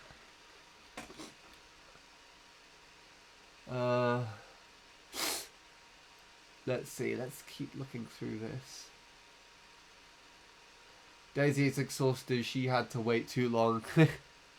I mean, she's getting a breather here. A massive breather. She started getting grey hairs for waiting too long. Be right back. Let me just enable a grey hair Daisy texture. She sounds like me. That's not true. Oh, do you mean Emma? That's actually hilarious. Emma, how do I tell you? Raise your volume up, man. I mean, to be fair, we used to kind of do it, sort of joke about it, in a like funny way. We'd both have a laugh about it, but in more recent years, we've kind of had more of the sibling approach. And that I'd make fun of her for it, and vice versa.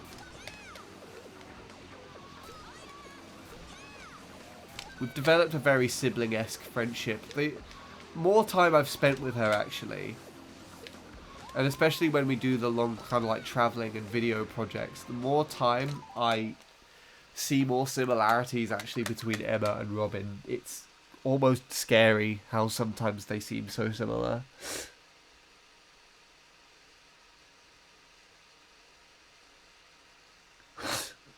But yeah, there we go. And I think they've only met twice. Not very much at all. Anyway, yeah, I apologise. I feel like I've rambled for like an hour there.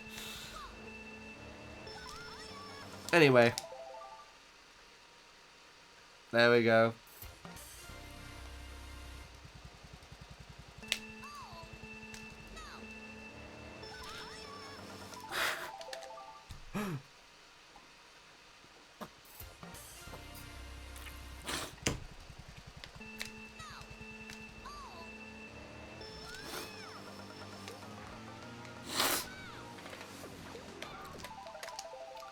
It's all good. It's nice to catch up and hear your life story.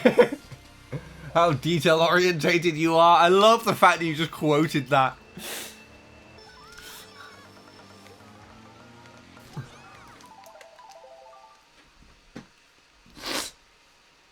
It was a nice chat. Very interesting. Yeah. I mean, you can tell I'm very, like, happy about it. I think the last time I was able to kind of break out into spontaneous conversation like this was when I had the album project.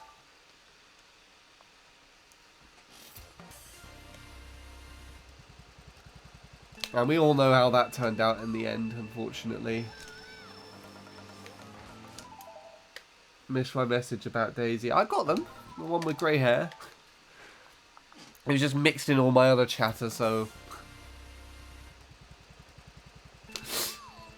I jokingly said you should find like a Daisy, an old Daisy texture with grey hair and wrinkles, and I will add it to the game as my Daisy texture.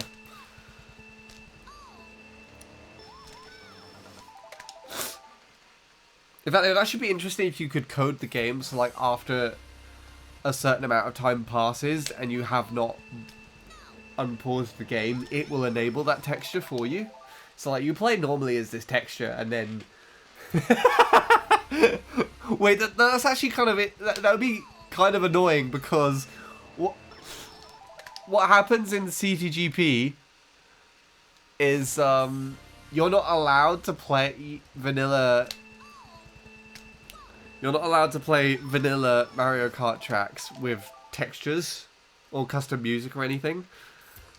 But it'd be funny if it was coded in a way where if you left it on the pause screen, it enabled the texture, and then you tried to play the track again, and you wouldn't be able to save the ghost or have it count as like a legit PB. So you have to go all the way out of CTGP to disable textures and then reload it.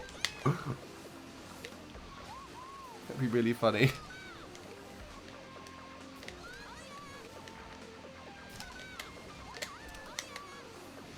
Considering that beginning, that ending was actually really good.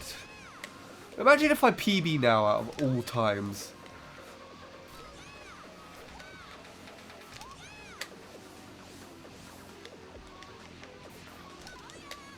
And it's not impossible. I mean, that shroom didn't help me. Okay, now it's impossible. Mixed into the previous combo, so I didn't hear because I'm reading the news. Yeah. Sorry to bore you, Vanna. That could be easily implemented. Oh gosh, why did I mention it while Lewis was here? He's probably going to code that in his sleep now.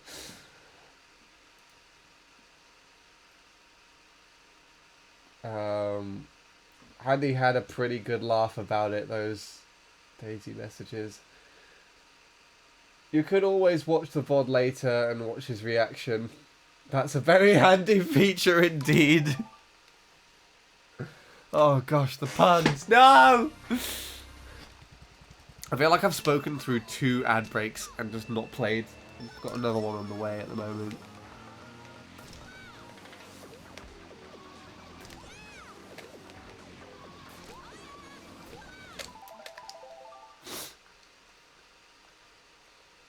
Who are we explaining to, Handy or me? That has confused me as well. I didn't know we were explaining anything. What's going on? Now you do need to explain to me and Vanna. Both.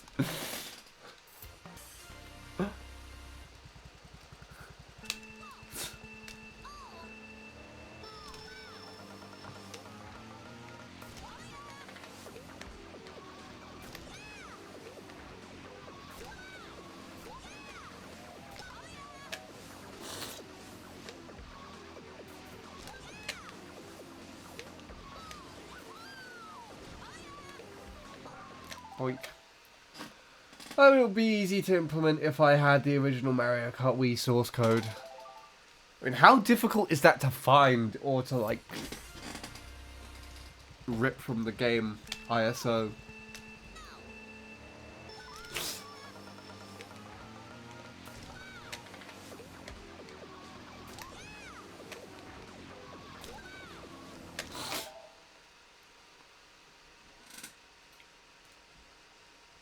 I was talking to you, I just decided to make a pun with Handy's name in. I'm glad you cleared that up. I was just secretly hoping that Handy would read the messages out loud to get his reaction. Well, I'm pretty sure I did, and I'm pretty sure it also confused me when Vanna responded to it as well. So you got a double reaction there, Chris.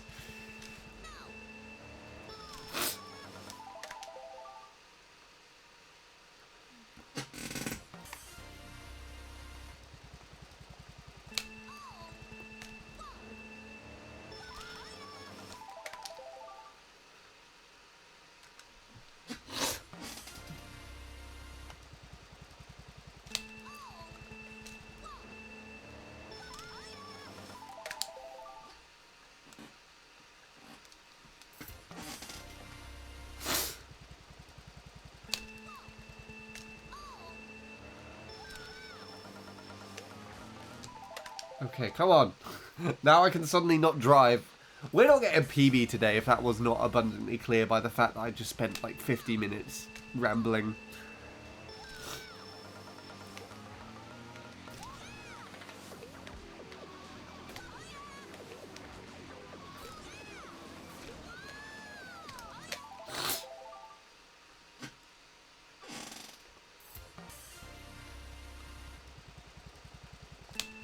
I think you're missing less mini turbos now. I mean, I was missing less mini turbos when I paused the game and was chatting for hours. Because, you know, you can't miss them if you don't get them in the first place. Excuse me. If you're not trying to get them in the first place is what I should say. Can't miss them if you're not getting them in the first place is technically a paradox.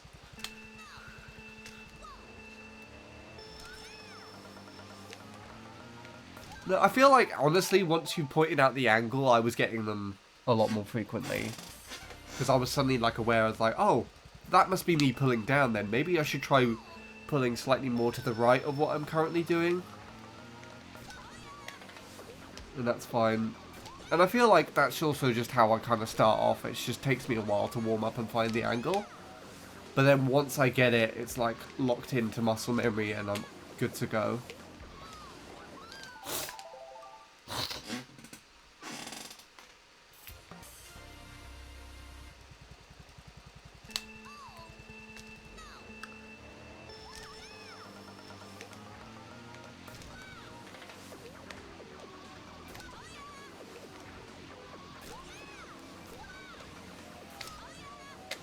Oh yeah, I need to stop going all the way over there.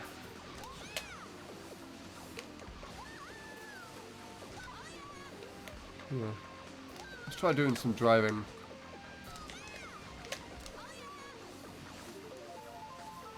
Come on, let's pull another 0.3.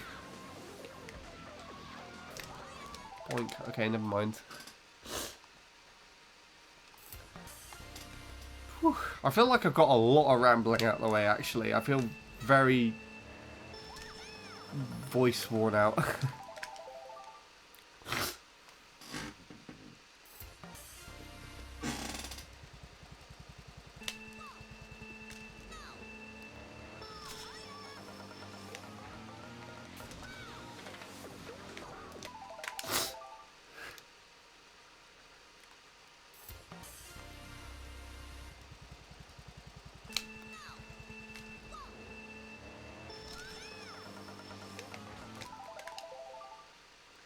You kind of did, but we don't mind. It was a very interesting talk. Yeah.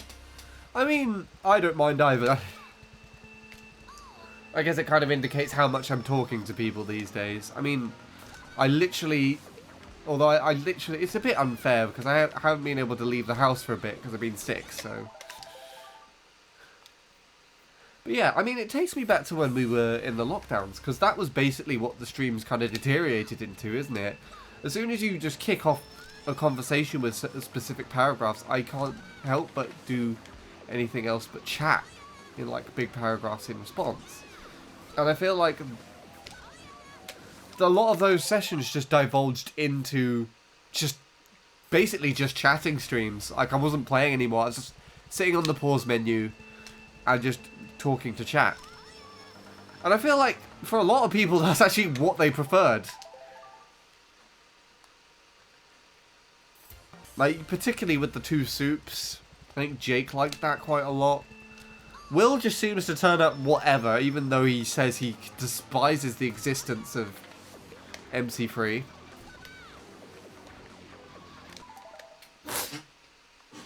He still comes in. Offie was regularly here as well. We had quite a lot of people back then, actually. I mean, they're still... A lot of those people are still around, they're just doing other things. We dived deep into a lot of subjects. I enjoyed listening to it, and you provided some very handy information about yourself indeed. You did that on purpose.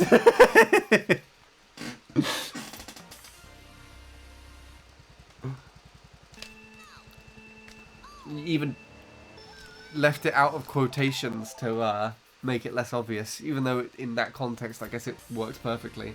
Maybe. Who knows? Shrugs. Very suspicious.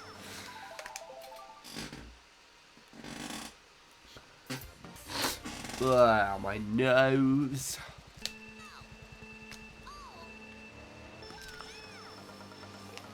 Yeah, it's good. I think when I get rambling and I'm in a good mood to talk about multiple things, I can just barrel things out. But I think also in a lot of situations where if you are having a conversation with like multiple people, there's a lot more things that are you're leading off of. Like, you were, you know, there were things being said in chat, so we were kind of having a conversation, and, you know, there were things in response to what I was saying, but because I'm just here in my room on my own, effectively I'm just talking to myself, and just rambling, and, you know, it's not the same as having a conversation if we were, like, actually just sat here all talking to each other, you know, because there'll be more like a turn-taking sort of thing. But then also that, I guess, kind of helped the conversation to last longer, because then I would go back and read the chat, and then that would just fuel more rambling. So I guess in that sense it's a win-win situation, really, isn't it? BRB, okay.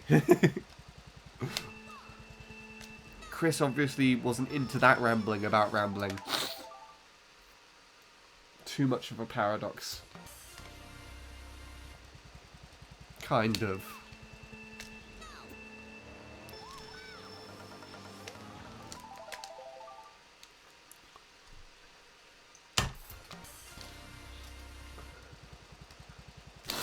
I think I might actually... I might do the same thing. Did I do this with this year's stream? I don't remember. Last year even.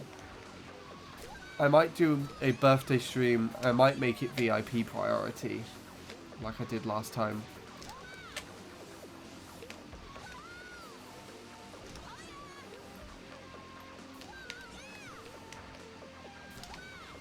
Should be fun.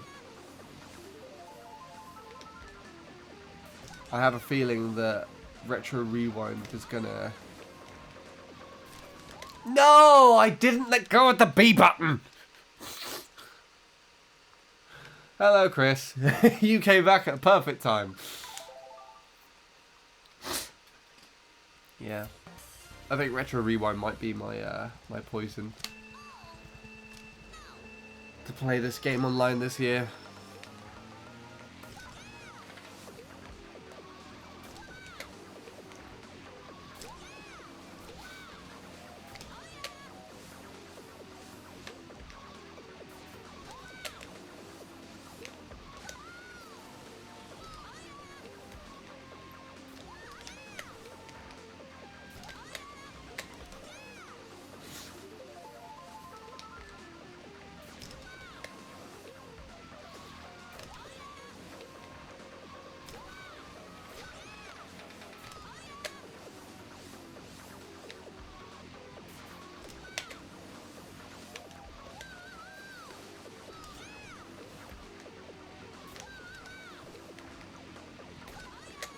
Why did I eat the dirt on that turn? I was catching up, kind of.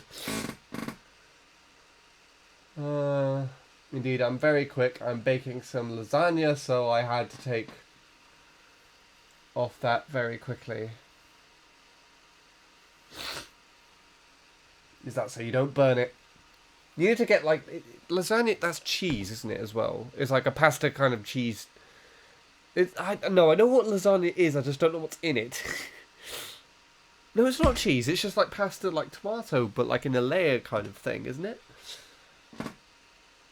I noticed that now that I've decided I was moving to EU, I met more Europeans at the street, and may got opportunities. I take that as a sign. That's interesting. Ask Robin about it. I asked Robin about the thing with the days that you know when I'm talking to Lewis, yeah, Why did I think that your name wasn't Lewis for a split second there?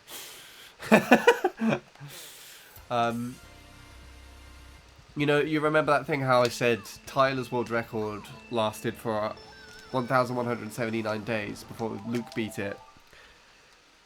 Tyler lives in California. And then 1,179 days from when I set my PB on this track happened to be the day before I flew out to California.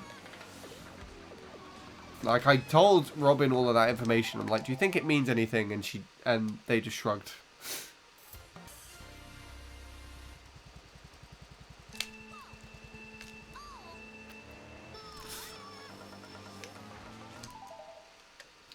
Oh, trust me, I'm not going to burn it. I've got a great cookbook with lots of clear instructions about what to do.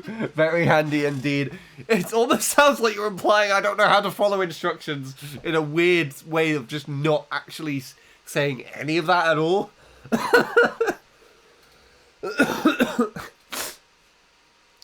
Even though I can't actually cook very much. Handy, the snow melted here. I cry, please make it cold again so the ground can stay snowy. That would be nice here as well. We just had like a bunch of rain, and so that every ounce of snow that...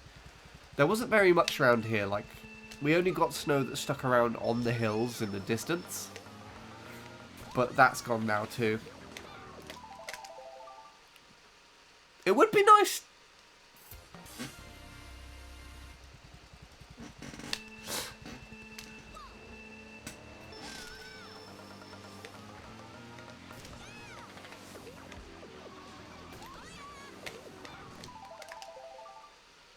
Uh, 26179 was going to get 25 lap 2. Wheelie didn't go off. Damn. Wait, at the very end? So he had like a late hop? Oh no, lap 2. Sorry, that took me a while. I hate snow. I live in one of the snowiest states of America. I mean, that kind of makes sense.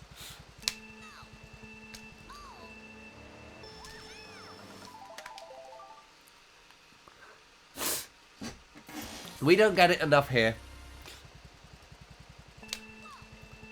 If there's anything I hate weather-wise, it would be the rain. But then, you know, if you have like a drought or something, I don't hate the rain. So it's entirely situational.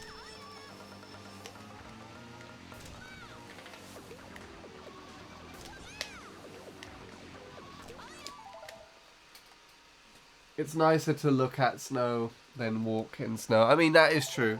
Well, to be fair, actually, I love the sound of snow crunching. Especially when it's, like, freshly fallen. It just has such a unique sound and a unique feeling. You just can't replicate anywhere else.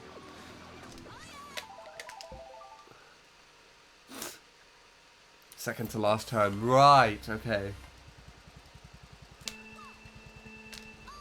True, it's even worse if you have to drive in it. That, I guess I can, like, agree with as well. Though I don't drive, I have been in the passenger seat and on both, and on a bus. And why have you not restarted? Yeah, both like a car and bus scenario in snow.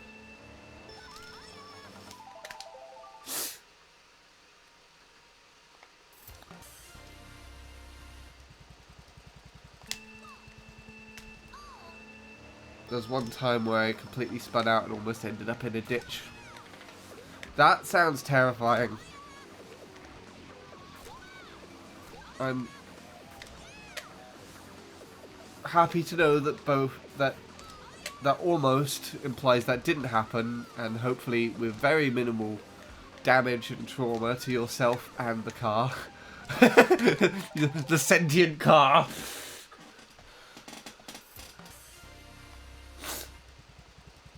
Trust me, it was terrifying. I counted my blessings that day. I was still alive. Yeah, that's like one of those days. I don't remember if I told you about this or not yet, Chris. If I did, it was a very long time ago. But there was a point in time where I went walking with my dad. It's well over like 10, possibly 15 years now at this point. We went walking through the woods. And one of the places... Hold on. Sorry, this is a very serious conversation voice. I would request nicely that you actually work and for me to tell my story. Thank you very much. Yeah. I stopped to tie my shoelaces while we were just walking through the woods. And tied them up, completely fine. Thought nothing of it. And then suddenly you heard like a cracking sound from the trees above and like a bunch of birds flying away. And just crashing down, like probably I'd say like 10, maybe 20 feet behind me was this massive branch that effectively landed where I'd stopped to do that. And like I distinctively remember... It didn't really look that big. Like it was not much bigger than a person, but it was a lot heavier than a person because my dad went up to try and pick it up and said I'd like could barely kind of lift it. And he said it definitely weighed more than me at the time. So, you know, if that was just a few seconds earlier or I got to that point a few seconds later, I think you might have told me this story long ago, yeah. In fact, I think I might have actually put it on Tomo.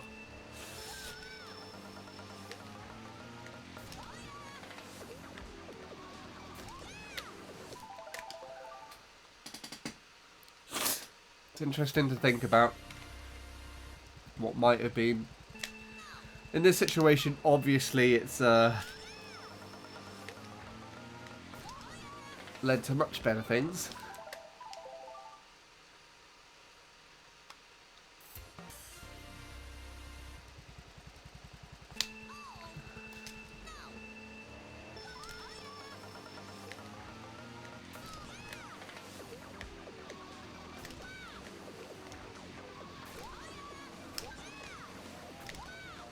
That was terrible. But the annoying aspect is if I play really well after a lap like that, which I definitely didn't do there, but it could work and it would still be good for practice. The burnt toast theory is coming into full display with that story. What is the burnt toast theory? Might I ask? It's not something that I am familiar with. Also, we are well over the 2-hour time frame at the moment, but considering I spent like 50 minutes rambling, I'm just going to continue until the VOD that I'm currently listening to runs out.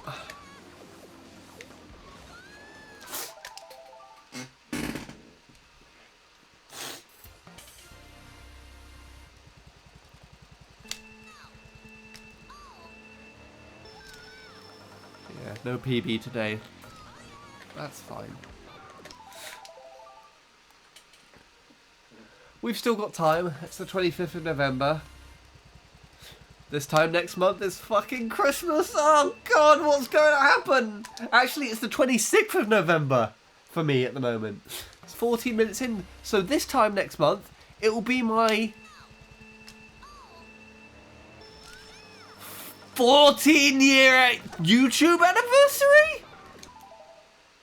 Wait, has it been that long? 2010? Good grief. I'm that old already. Coughing like an old man.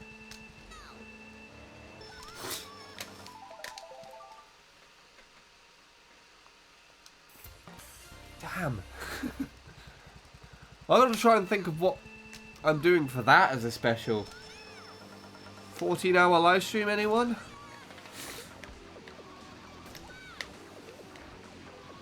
The annoying thing is about that is that I won't actually be able to save that as a full VOD Actually, no. Would I be able to? I think I'll be able to highlight it off of Twitch.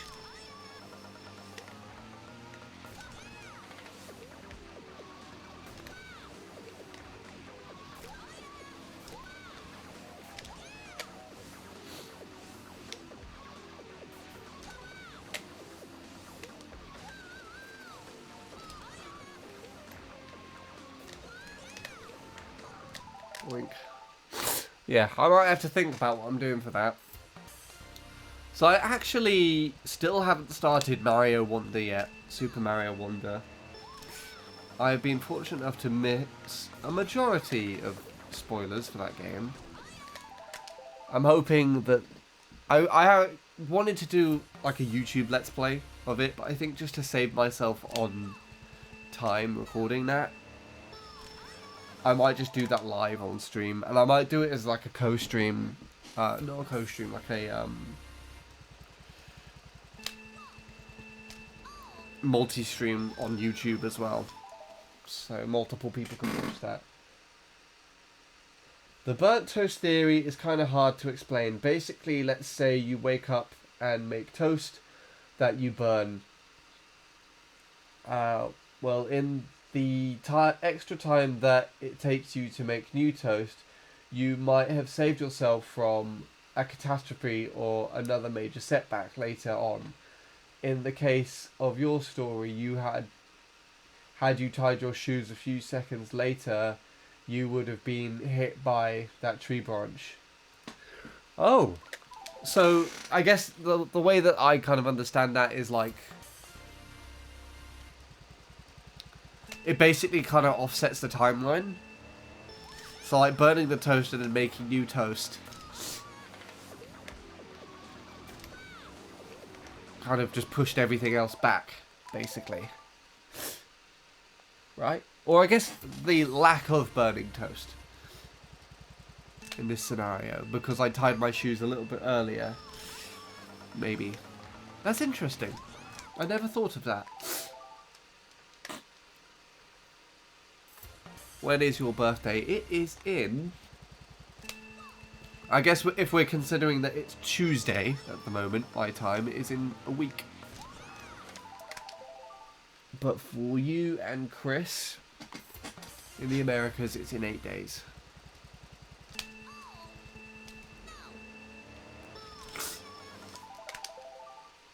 It will be a Tuesday, and I will be having the week off from editing and stuff, so...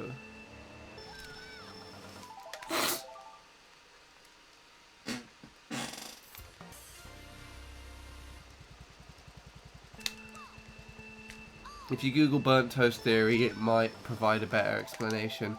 To be fair, I think you nailed it. I think that was very clear.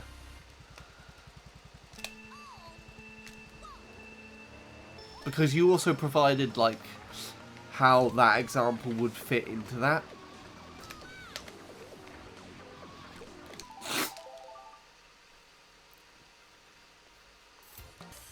Like how the details of my specific situation would... Oh, there goes the other elastic band.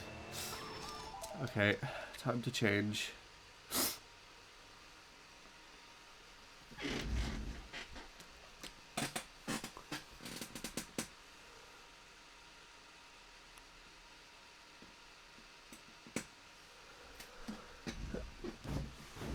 Oh, they're still in here. Okay. New elastic band, here we go.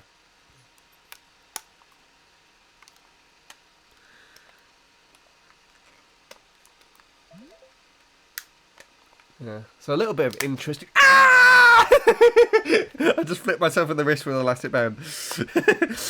A little bit of an interesting information if you didn't know. If you pull back an elastic band and then let it go under tension on yourself, it hurts a bit.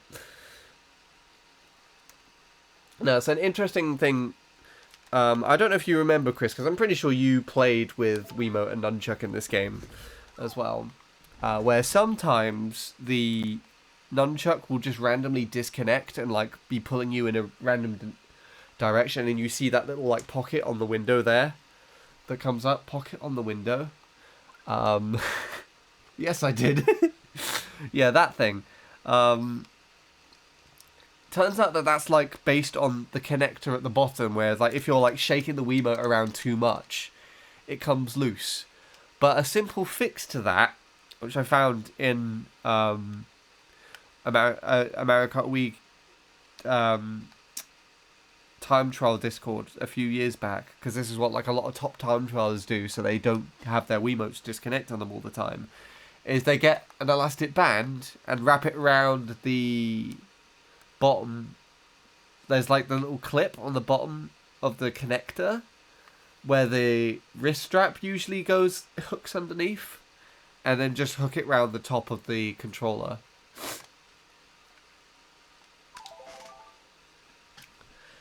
And it... yeah. Basically just completely prevents that Wiimote and nunchuck disconnection, because otherwise... I would have probably lost about 50 attempts this session due to the Wiimote, due to the nunchuck disconnecting from the Wiimote. So I have a bag of... I think it was 100 elastic bands in. I have probably about 90 odd in there now. That I've just been putting around. But eventually, obviously, over time, they will snap. And the one that I just had on now did. So, yeah. The Wiimote and nunchuck was a great combo. It was. You know. However long it's been. What, like 16 years on? And I've still come back to this game with this controller. I've tried the classic controller. I've tried the classic Pro. I did try the GameCube controller. The GameCube, my history with the GameCube controller is interesting, because I guess it's a little more recent.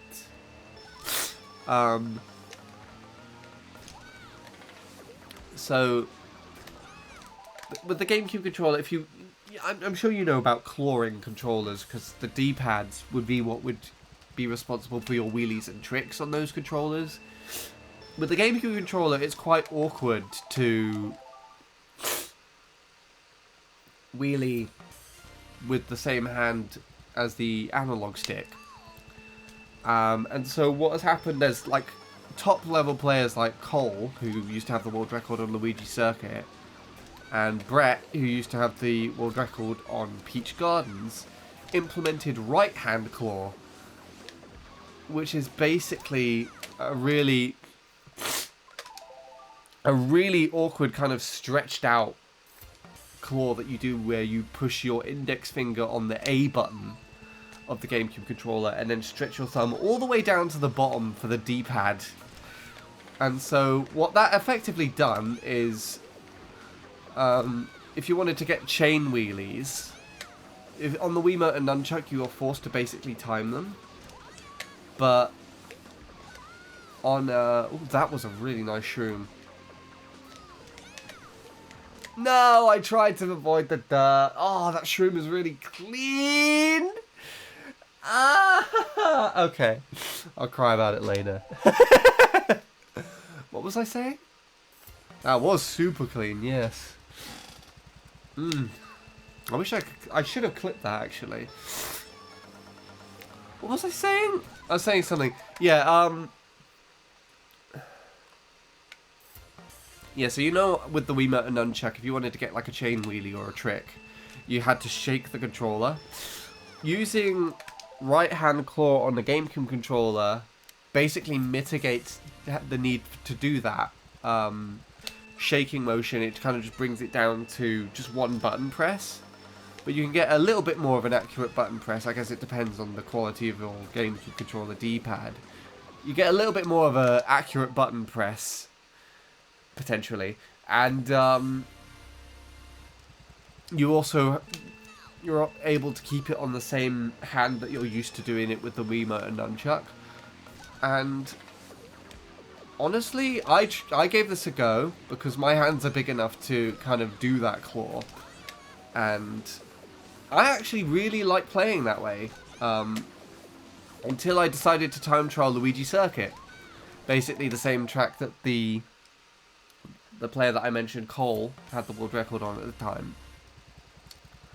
And that was when it started to get a little bit more obvious as to what the downside was. And the downside for me is that my thumb was just way too stretched out against the tendon on the side of my wrist for too long, basically trying to do that grind. And then also when I would spam the button to try and get wheelies, because I would do it the cheap way. I'd just spam it, basically, for that. And, yeah.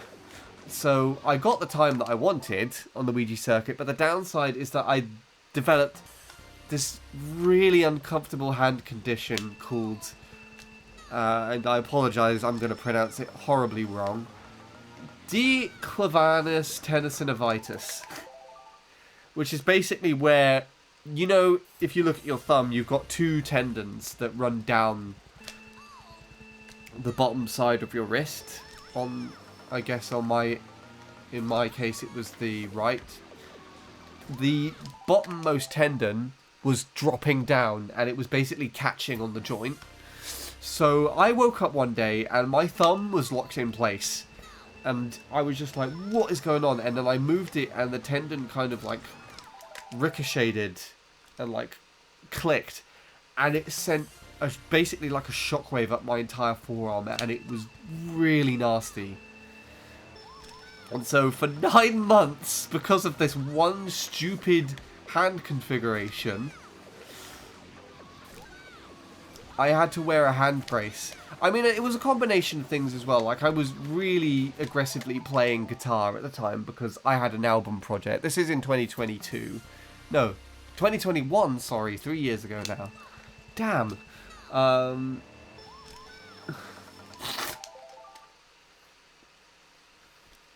Yes, that's the one I said.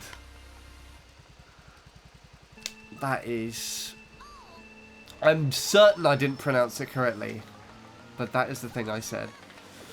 But yeah, I had to wear a hand brace for basically 9 months. And I think, again, I think guitar also had a contribution to probably aggravating it and starting it as well. Because I also have a slightly odd way of picking the guitar due to dyspraxia. I guess that's also something that probably made it worse because I have dyspraxia as well, so I'm basically just pressing everything as hard as I possibly can.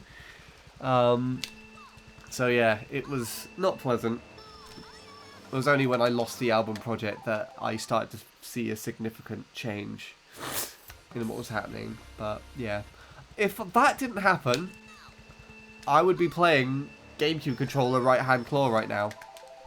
But because of that, I'm like, no, I would rather not experience 9 months of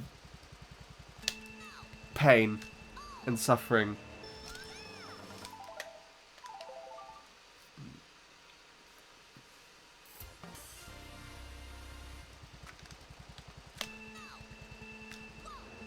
Yes, I mean, it's not too difficult to make the wrong decision. I have pictures of the claw grip. If you want to see it, I'll send it to you at some point. If I can scroll back far enough on my phone on Snapchat, it's on there. But I took them literally a year ago, because I showed Emma as well.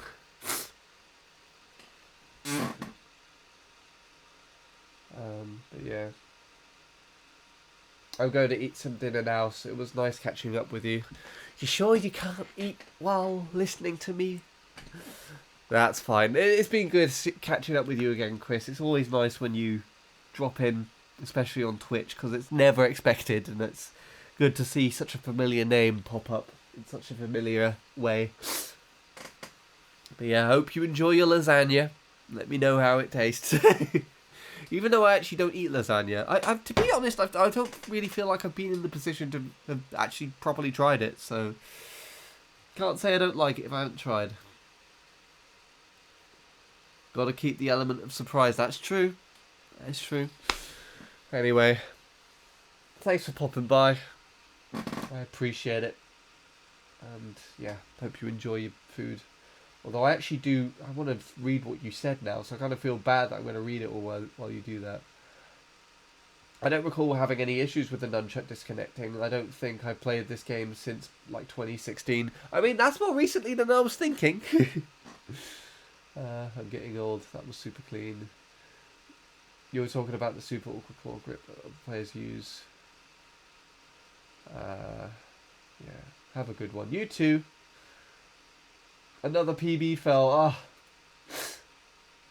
Honestly, Lewis, at least you are closer. You are significantly closer than having a PB than I am. All I've done today is just ramble. I think.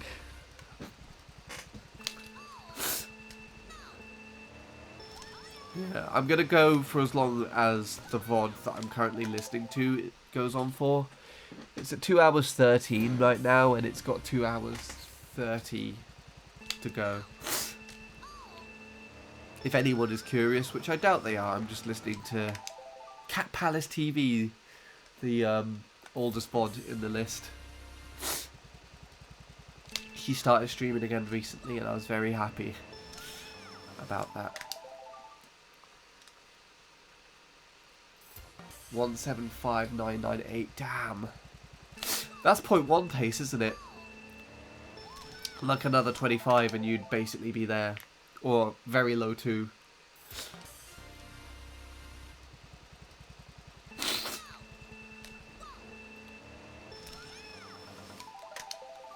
And I'm listening to a Swedish reviewer go through bad Swedish films. You're listening to that and me complaining in the background.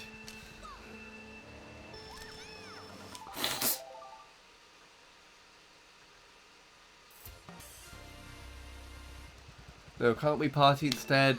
Is not Spanish for Friday. Huh?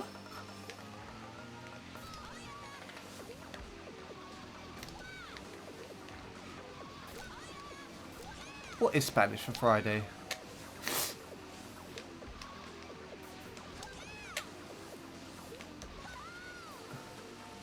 Or is that the name of the film, I assume?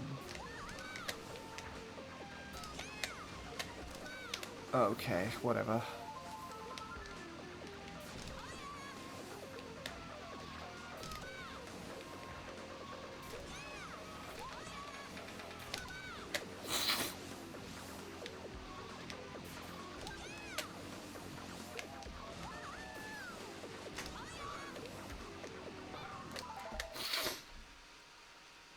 That has to be a joke. Yeah, without context, you wouldn't even understand. I guess it's from a film then.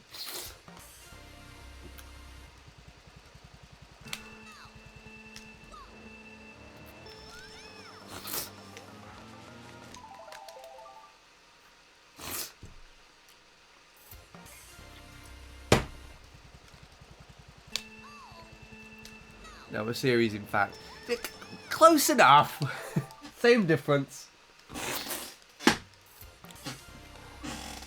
I still technically got it right. Some form of media that is being reviewed. Bad media, I guess.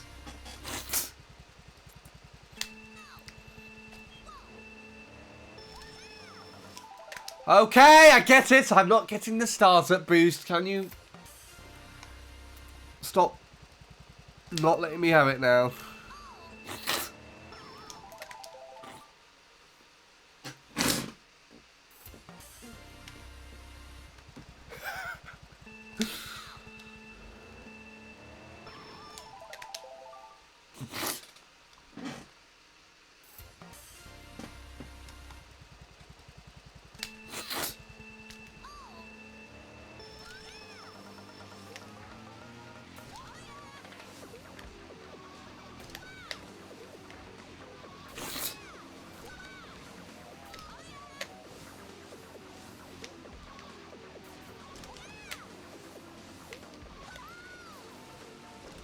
I chickened out a little bit on that.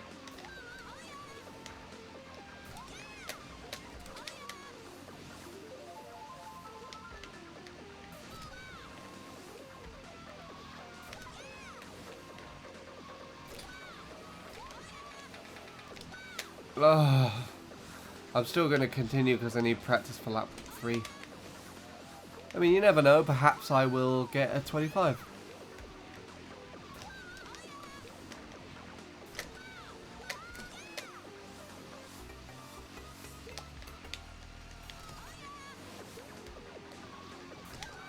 Never mind.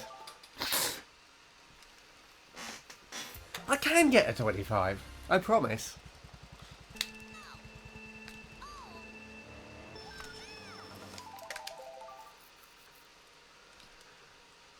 It'd be nice to have one.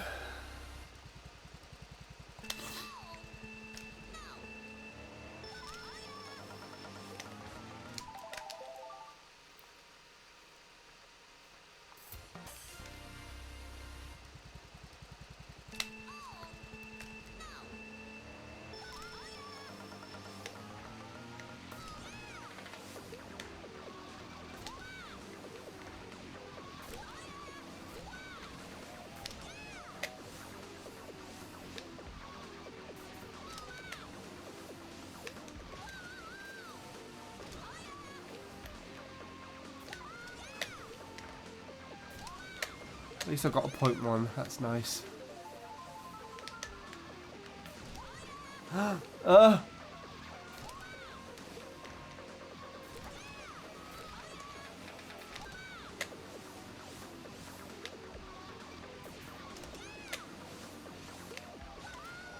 Yeah.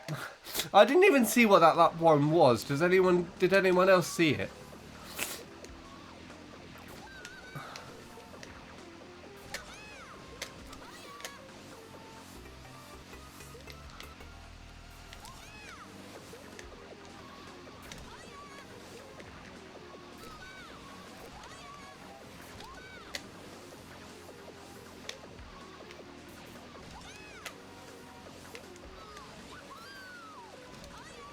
No, why did I have to eat the dirt there?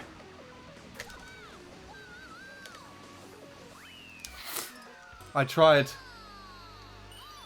170, yeah.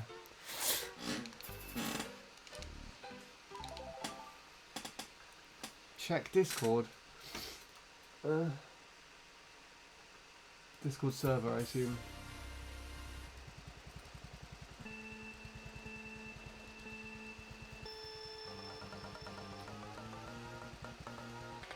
The context for some random joke I made in chat.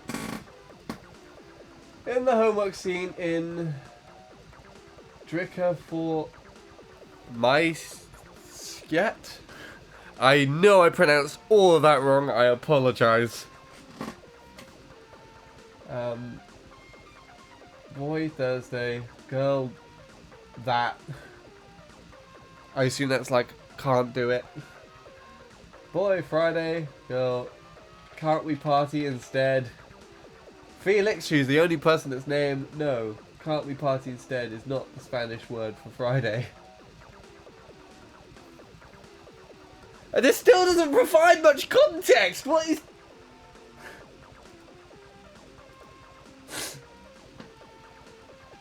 I don't get it. Hi, Jake. You've come at the tail end of the session again, but it wasn't really much of a session, if I have to be honest. I spent about 40 minutes on the pause menu chatting, so basically it's been a lockdown session today.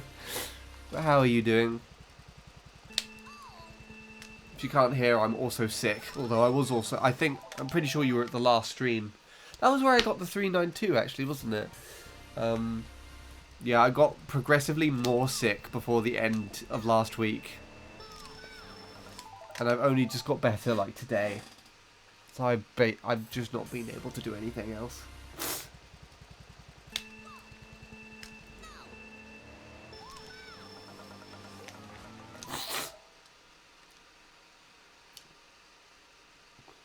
Oh, it means drink too much. Interesting name. I'm fine, I'm home now. Was watching Jacob speedrun 32 gold stars in C2GP. Is he done with that now? Because I was hoping it would take him long enough for me to raid him afterwards.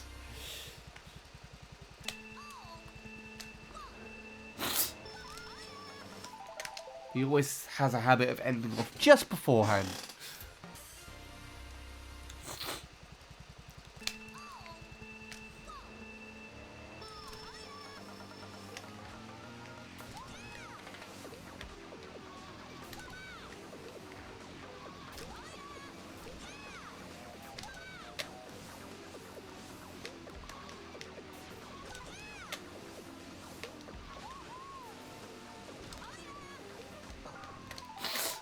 He was looking to raid you, but decided not to. I guess he saw the runtime and thought I was probably going to be ending soon. Because it's over like 2.5 hours now at this point.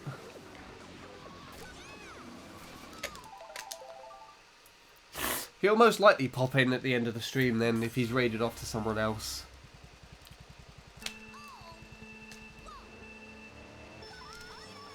There he is. Speak of the devil. Mention him too much. Hi, Jacob. How did your speedrun go?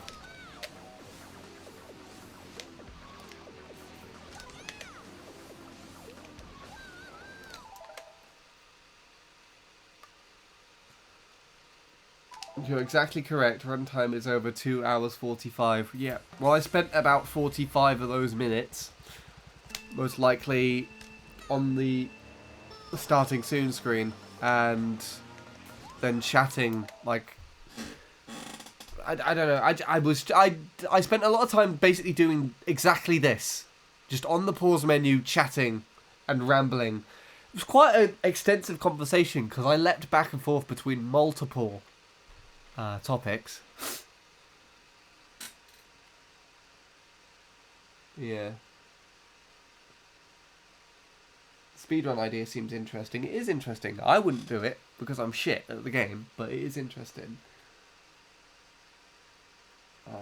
Went super well actually. Rainbow Road, BC3, GV and RBC, where I lost maybe an hour together. I mean, the fact that you still got it all in one sitting though is impressive. 2:45 is also the timestamp in the review to jump to. That's actually kind of ironic. That's actually, yeah, there you go. There's another angel number thing for Robin. Someone go get Robin. Jacob has a sixth sense. He knows when he's being called, yeah. Or doesn't.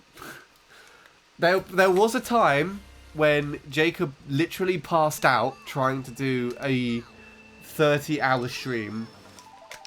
He passed out in a Skype call with me and Bradley. So he was just there. And then me and Bradley were chatting away. And then his mum in the background was just shouting, Jacob! Jacob! Just in the background. It was just like, I should also probably not shout that out loud because my parents have probably gone to bed. And that continued for about 40 minutes. So it's just me and Bradley trying to do Mario Kart Wii. And then it was just that.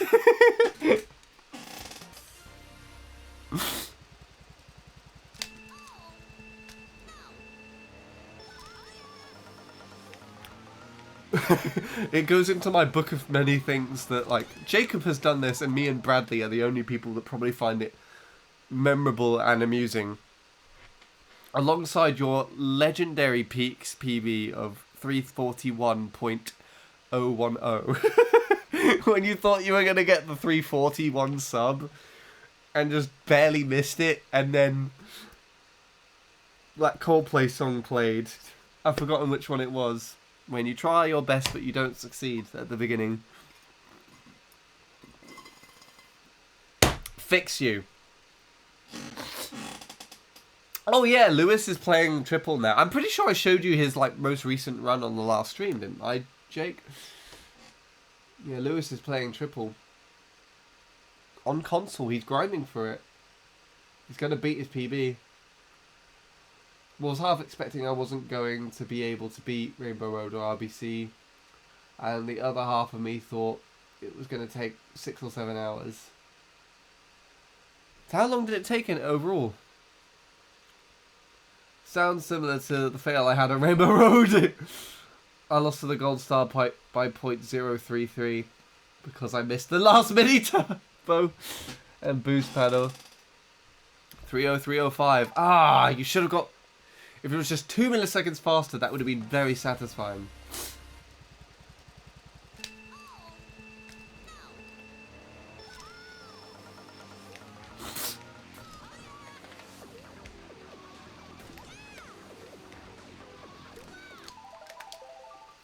Oh, 30355. Okay, there you go. You can prove it.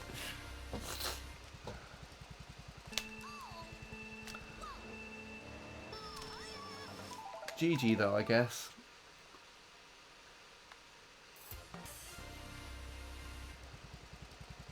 He'll beat my time for sure. Not sure. Haven't touched Mario Kart Wii since August. I mean, I still think you can give it a good fighting chance.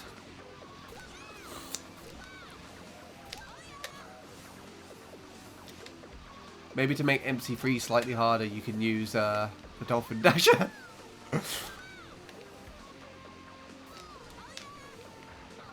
Dolphin Dasher Dickwood still has yet to touch your time on that track. Honestly.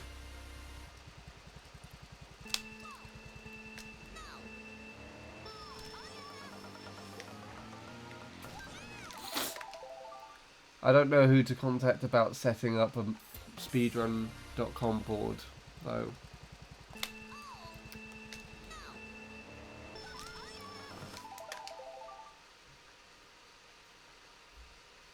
Oh, I forgot about that. Didn't even know that's still the best time. I mean, no one, literally no one but that one kid gave a shit about it being the best time. I only cared that I beat the Expert Staff Ghost with the Dolphin Dasher. Because it actually made it challenging for a little bit.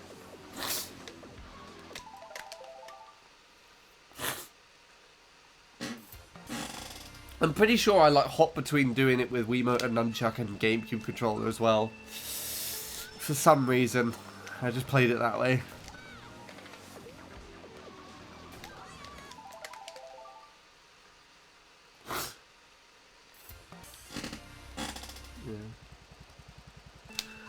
You update C2GP, you might want to do that through PC.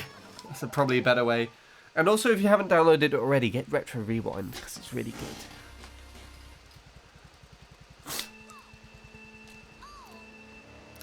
Honestly, like, one of the best things to mess around with... I've been playing Retro Rewind in my free time with Robin, but I time trialed a couple of things on this track, because you've got that mod that allows you to do, like, inward drift on everything. So I did inward drift karts, and it really is a mind fuck with this track. It's an absolute mind fuck, but it's also funny. Gonna do it off the website since I'm way too far behind on updates and hot fixes. Yeah, I have Retro Rewind. I updated that earlier. Good. I am probably going to be playing on that for my birthday. That was interesting. I didn't need to move there. I don't know why I did. 26,202, 26,005, fail, lap 3 was going to be another 25. Oh my gosh.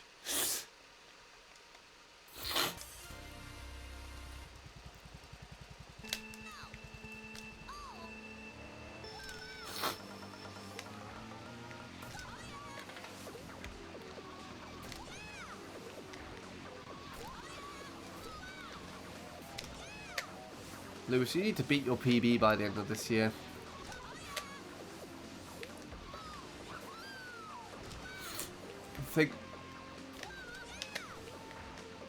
You think that my 366 has stood for a long time.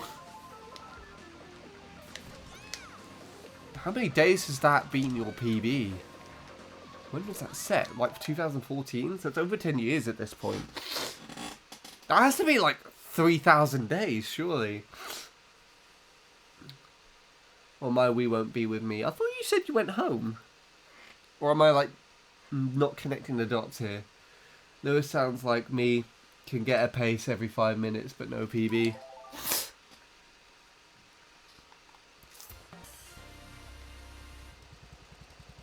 Yeah, he also complained about the ghost I suggested.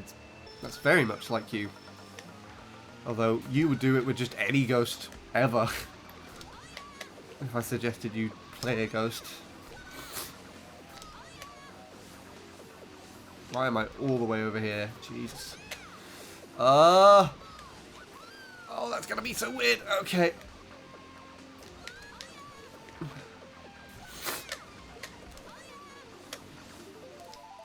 Mate. No. I just can't race any ghosts. You just haven't given it enough time.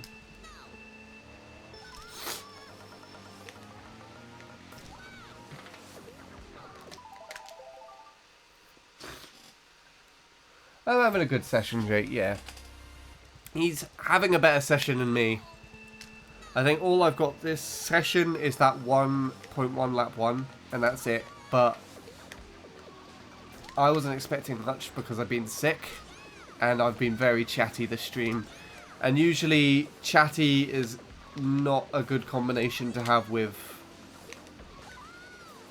this. Trying to do this track. See, when I'm trying to like concentrate on the driving, I can't even concentrate on what I'm saying. Yeah.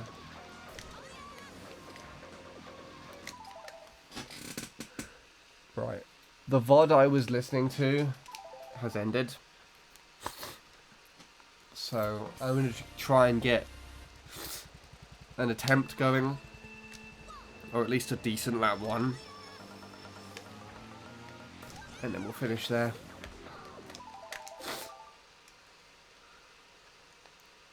.127 lap 1. You see, there you go. Like, you just tied your best lap 1.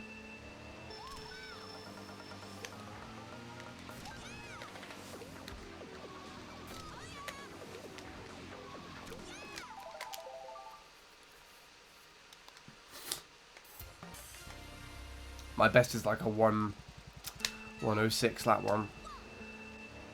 It's a bit interesting, actually, if you remember the ghost that was set in. You could give that to Lewis to try and practice against.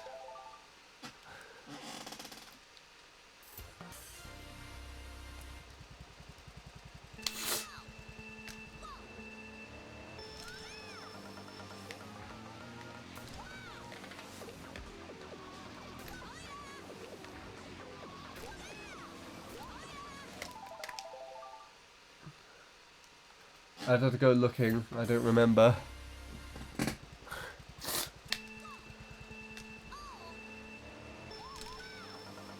That's fair enough. What is going on? Why did that sound like that?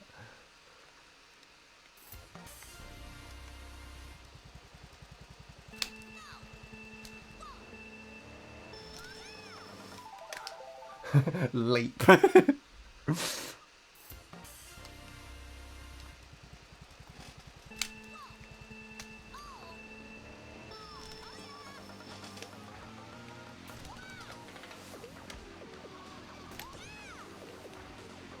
I've drifted that way too early there.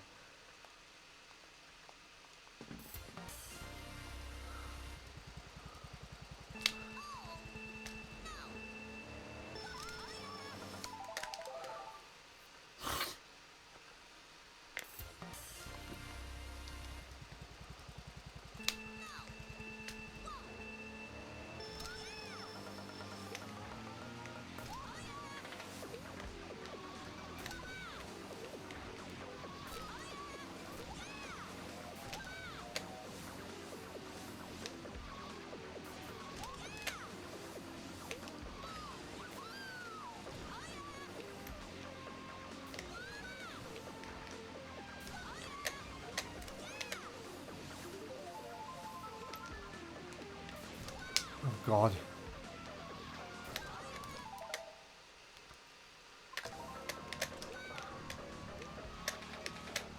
Come on. Just drift already.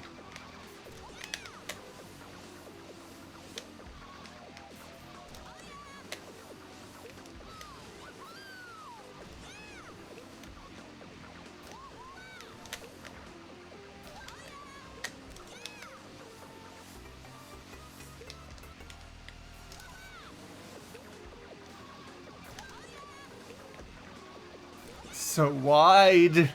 Okay. I'll take that, I think. I had to draw the line somewhere, and I think that has to be where it's drawn.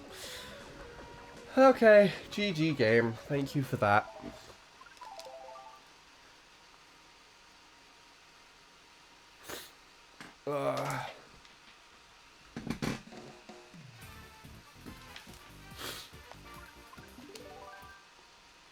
Nothing noteworthy in the slightest this session.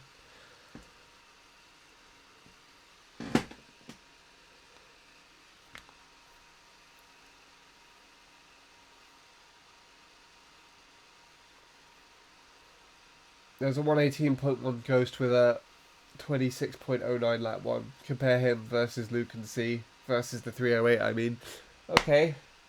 What is the Ghost? Give it to me. Tell me what it is and I will download it.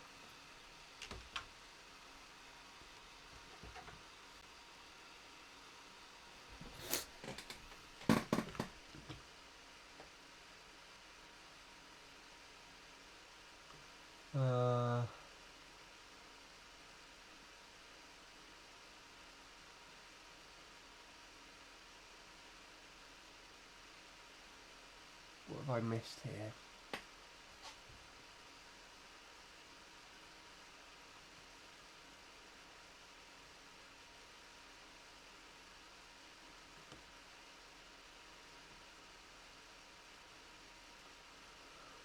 See, you're not the only one that can't play and do another thing in the background.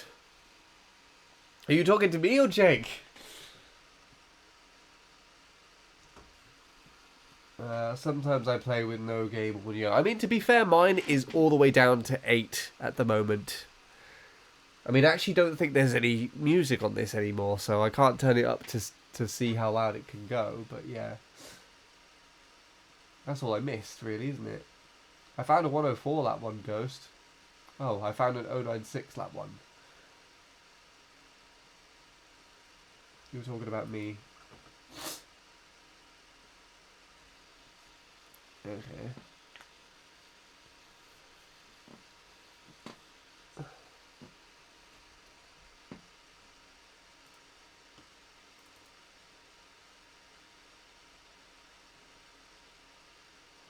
Right, here we are. Right, what is the Ghost I'm downloading? You said there's a 118.1. I assume there's just on the database.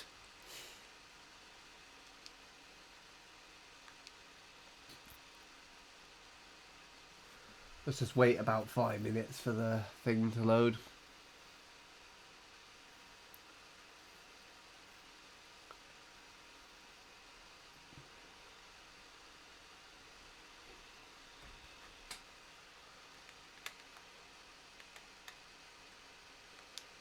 So that's not going to be that.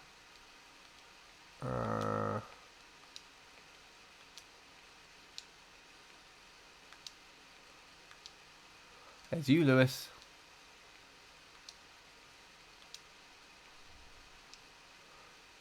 It's not one of these.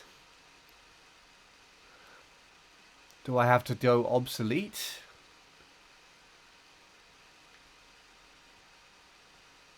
It's a dummy time, I think.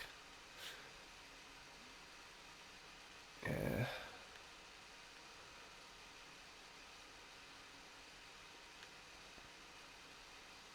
Okay, thanks, game, for that one. Oh, why is Chadsoft so shit?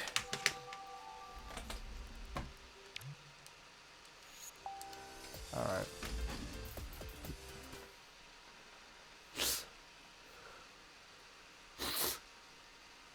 How am I going to check the endless amounts of point ones without being able to check them? Lewis, can you just tell me what the time is?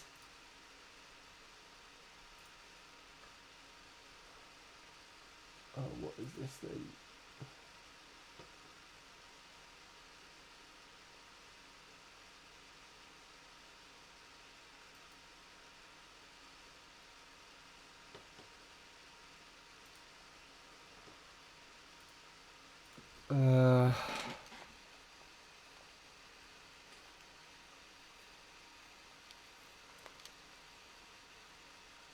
Bick Bjork 114. Okay. Bick Bjork. I don't actually know if I've watched any of his driving on this track.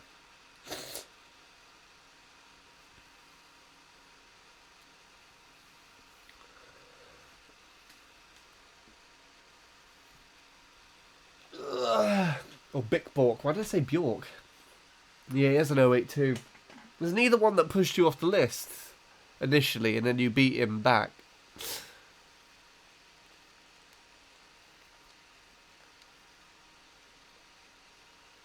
Is he or another player that inspired you to get like the 079, isn't it? Or 080 or whatever. Okay.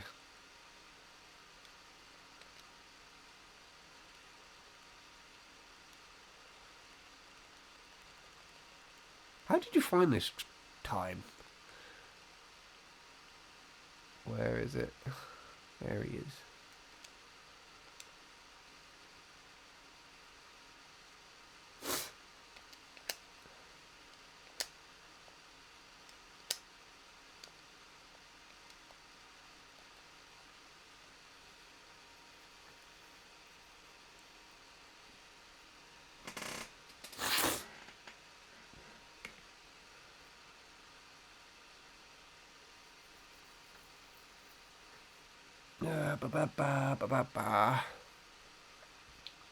What is this UPnP thing again?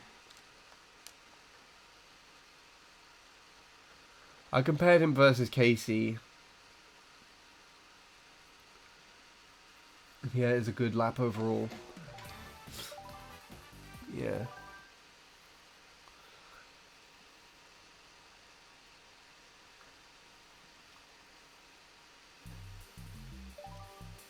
Oh, let's just do a Grand Prix real quick.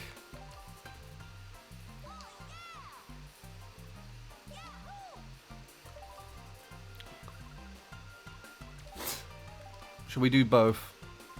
I know I would usually go on like service pack. I'll probably put this on service pack later, but it's just easier if I do that this way.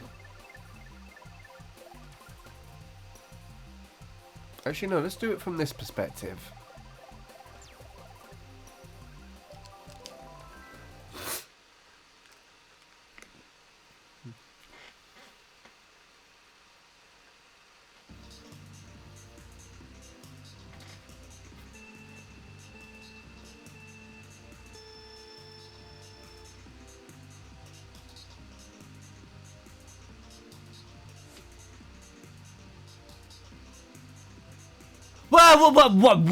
What? What was that?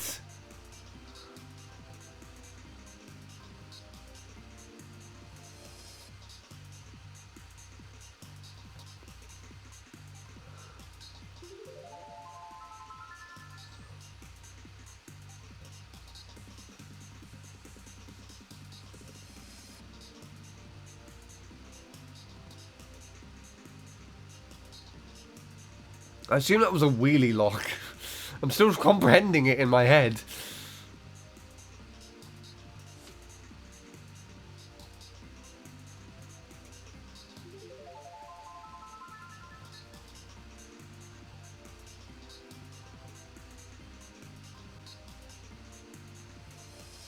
Oh God.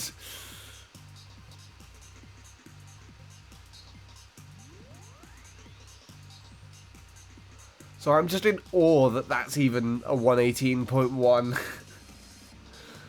I'm glad he improved now. Please tell me that he doesn't do any of that bullshit in his current PB.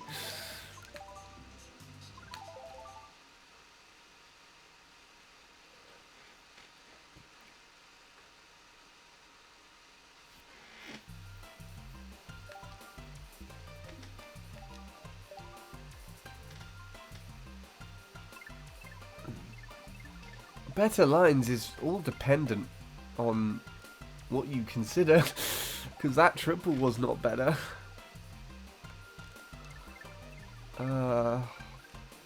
Wait, no. I mean, Casey compared to that would be kind of interesting as well, I guess. Why don't I just go the other way? I don't know. Hi, Will. Stop streaming now. No.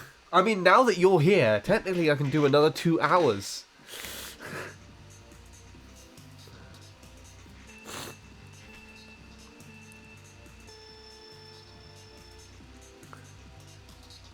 For the PB.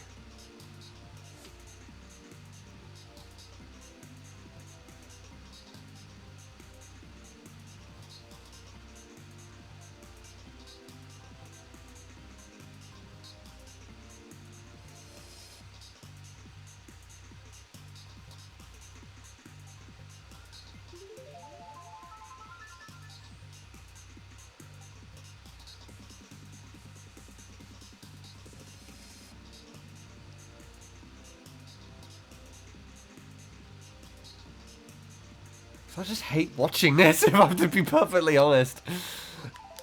No, he didn't lose that much time, which I think is the bit that really annoys me. Oh, where's it gone? There it is. No. There it is.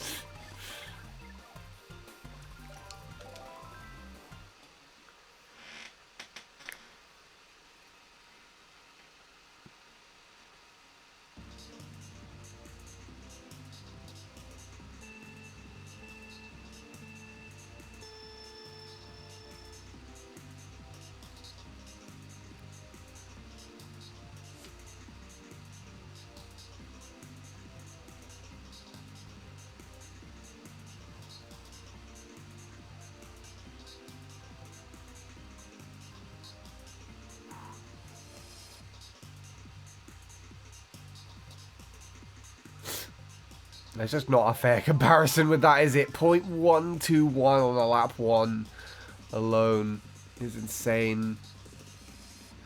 Casey, I feel like, is drifting a little bit later, but I don't know. I think the soft drift angles are slightly different. Well, thanks for showing me a triple mini turbo that gave me that will give me nightmares for the continued week.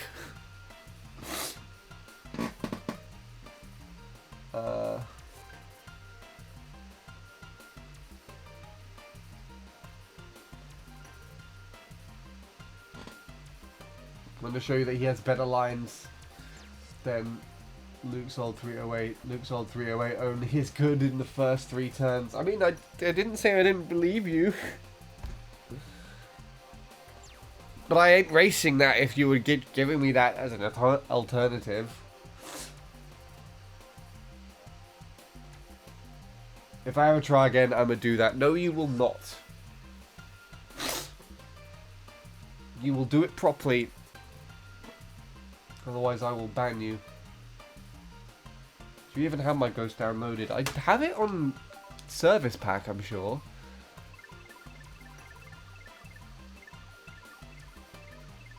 No. I do have it on Service Pack. I'm pretty certain it's there, because I remember watching your inputs.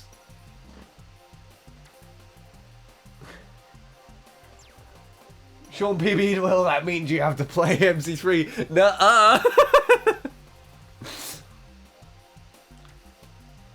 I was not watching because I was crying. Why are you crying? Stop it immediately. I'm sad. You're welcome. I love the fact that that's just kind of chained in there at the end, even though I know it was not related to what Will was saying at all. I enjoyed my time. Ah, so you cried that it's over. Are you back home now? Well, Will, you'll be happy to know that I did not PB. Not only because I've been sick, and it's very difficult to concentrate at the moment because I have very limited hearing and still somewhat of a lingering cold in the nose. But also, like 40 minutes into the stream, Chris Jaw, out of all people, came in, and I ended up pausing the game and just chatting for about 40 minutes. So I didn't even have a chance to give it a go tonight, effectively. So don't worry. You can come to the next stream and witness me PB then. Yeah, basically, the rule is here is if Will is at my stream and witnesses me playing MC3 and getting a PB, he has to then play MC3. So there we go. Alright. I think it's time to raid out then. Who's live today? I assume Jacob has ended off. Well, I know Jacob's ended off. He was here. I have to unpack my Switch though. Well, don't worry. You have literally until whenever I next PB to get that done.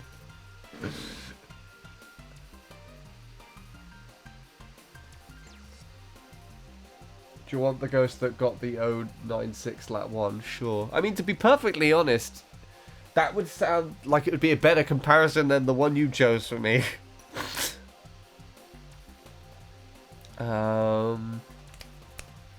Twitch. There we go. Right. Let's see what we've got here today.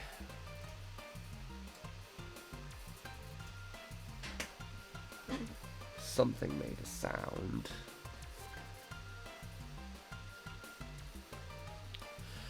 Ace is live.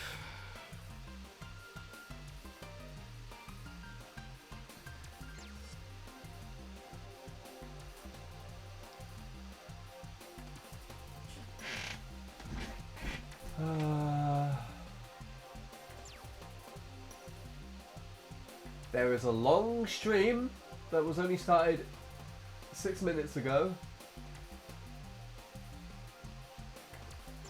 That'd be interesting.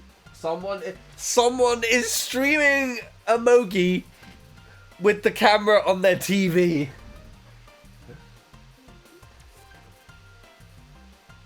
Owen Smith is doing glitch attempts on Rainbow Road.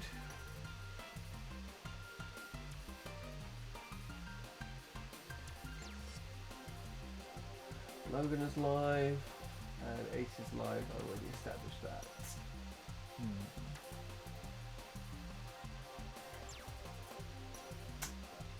I think I'll throw Owen Smith a raid. That might be a good.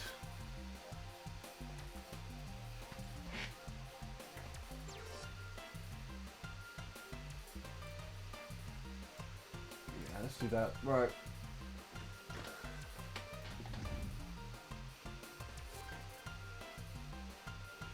Hurry up and load. Thank you very much.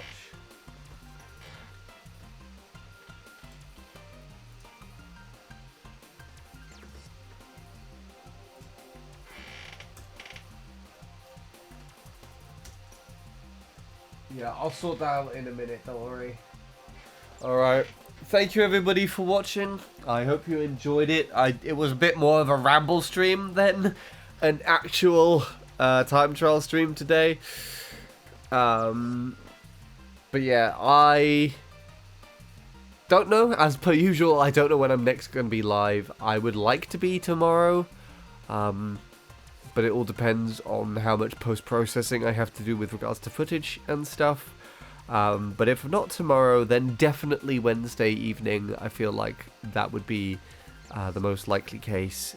Because I seem to do these sessions on days when I've been out volunteering, and as far as I can tell, I am feeling better enough to return to that on Wednesday. So,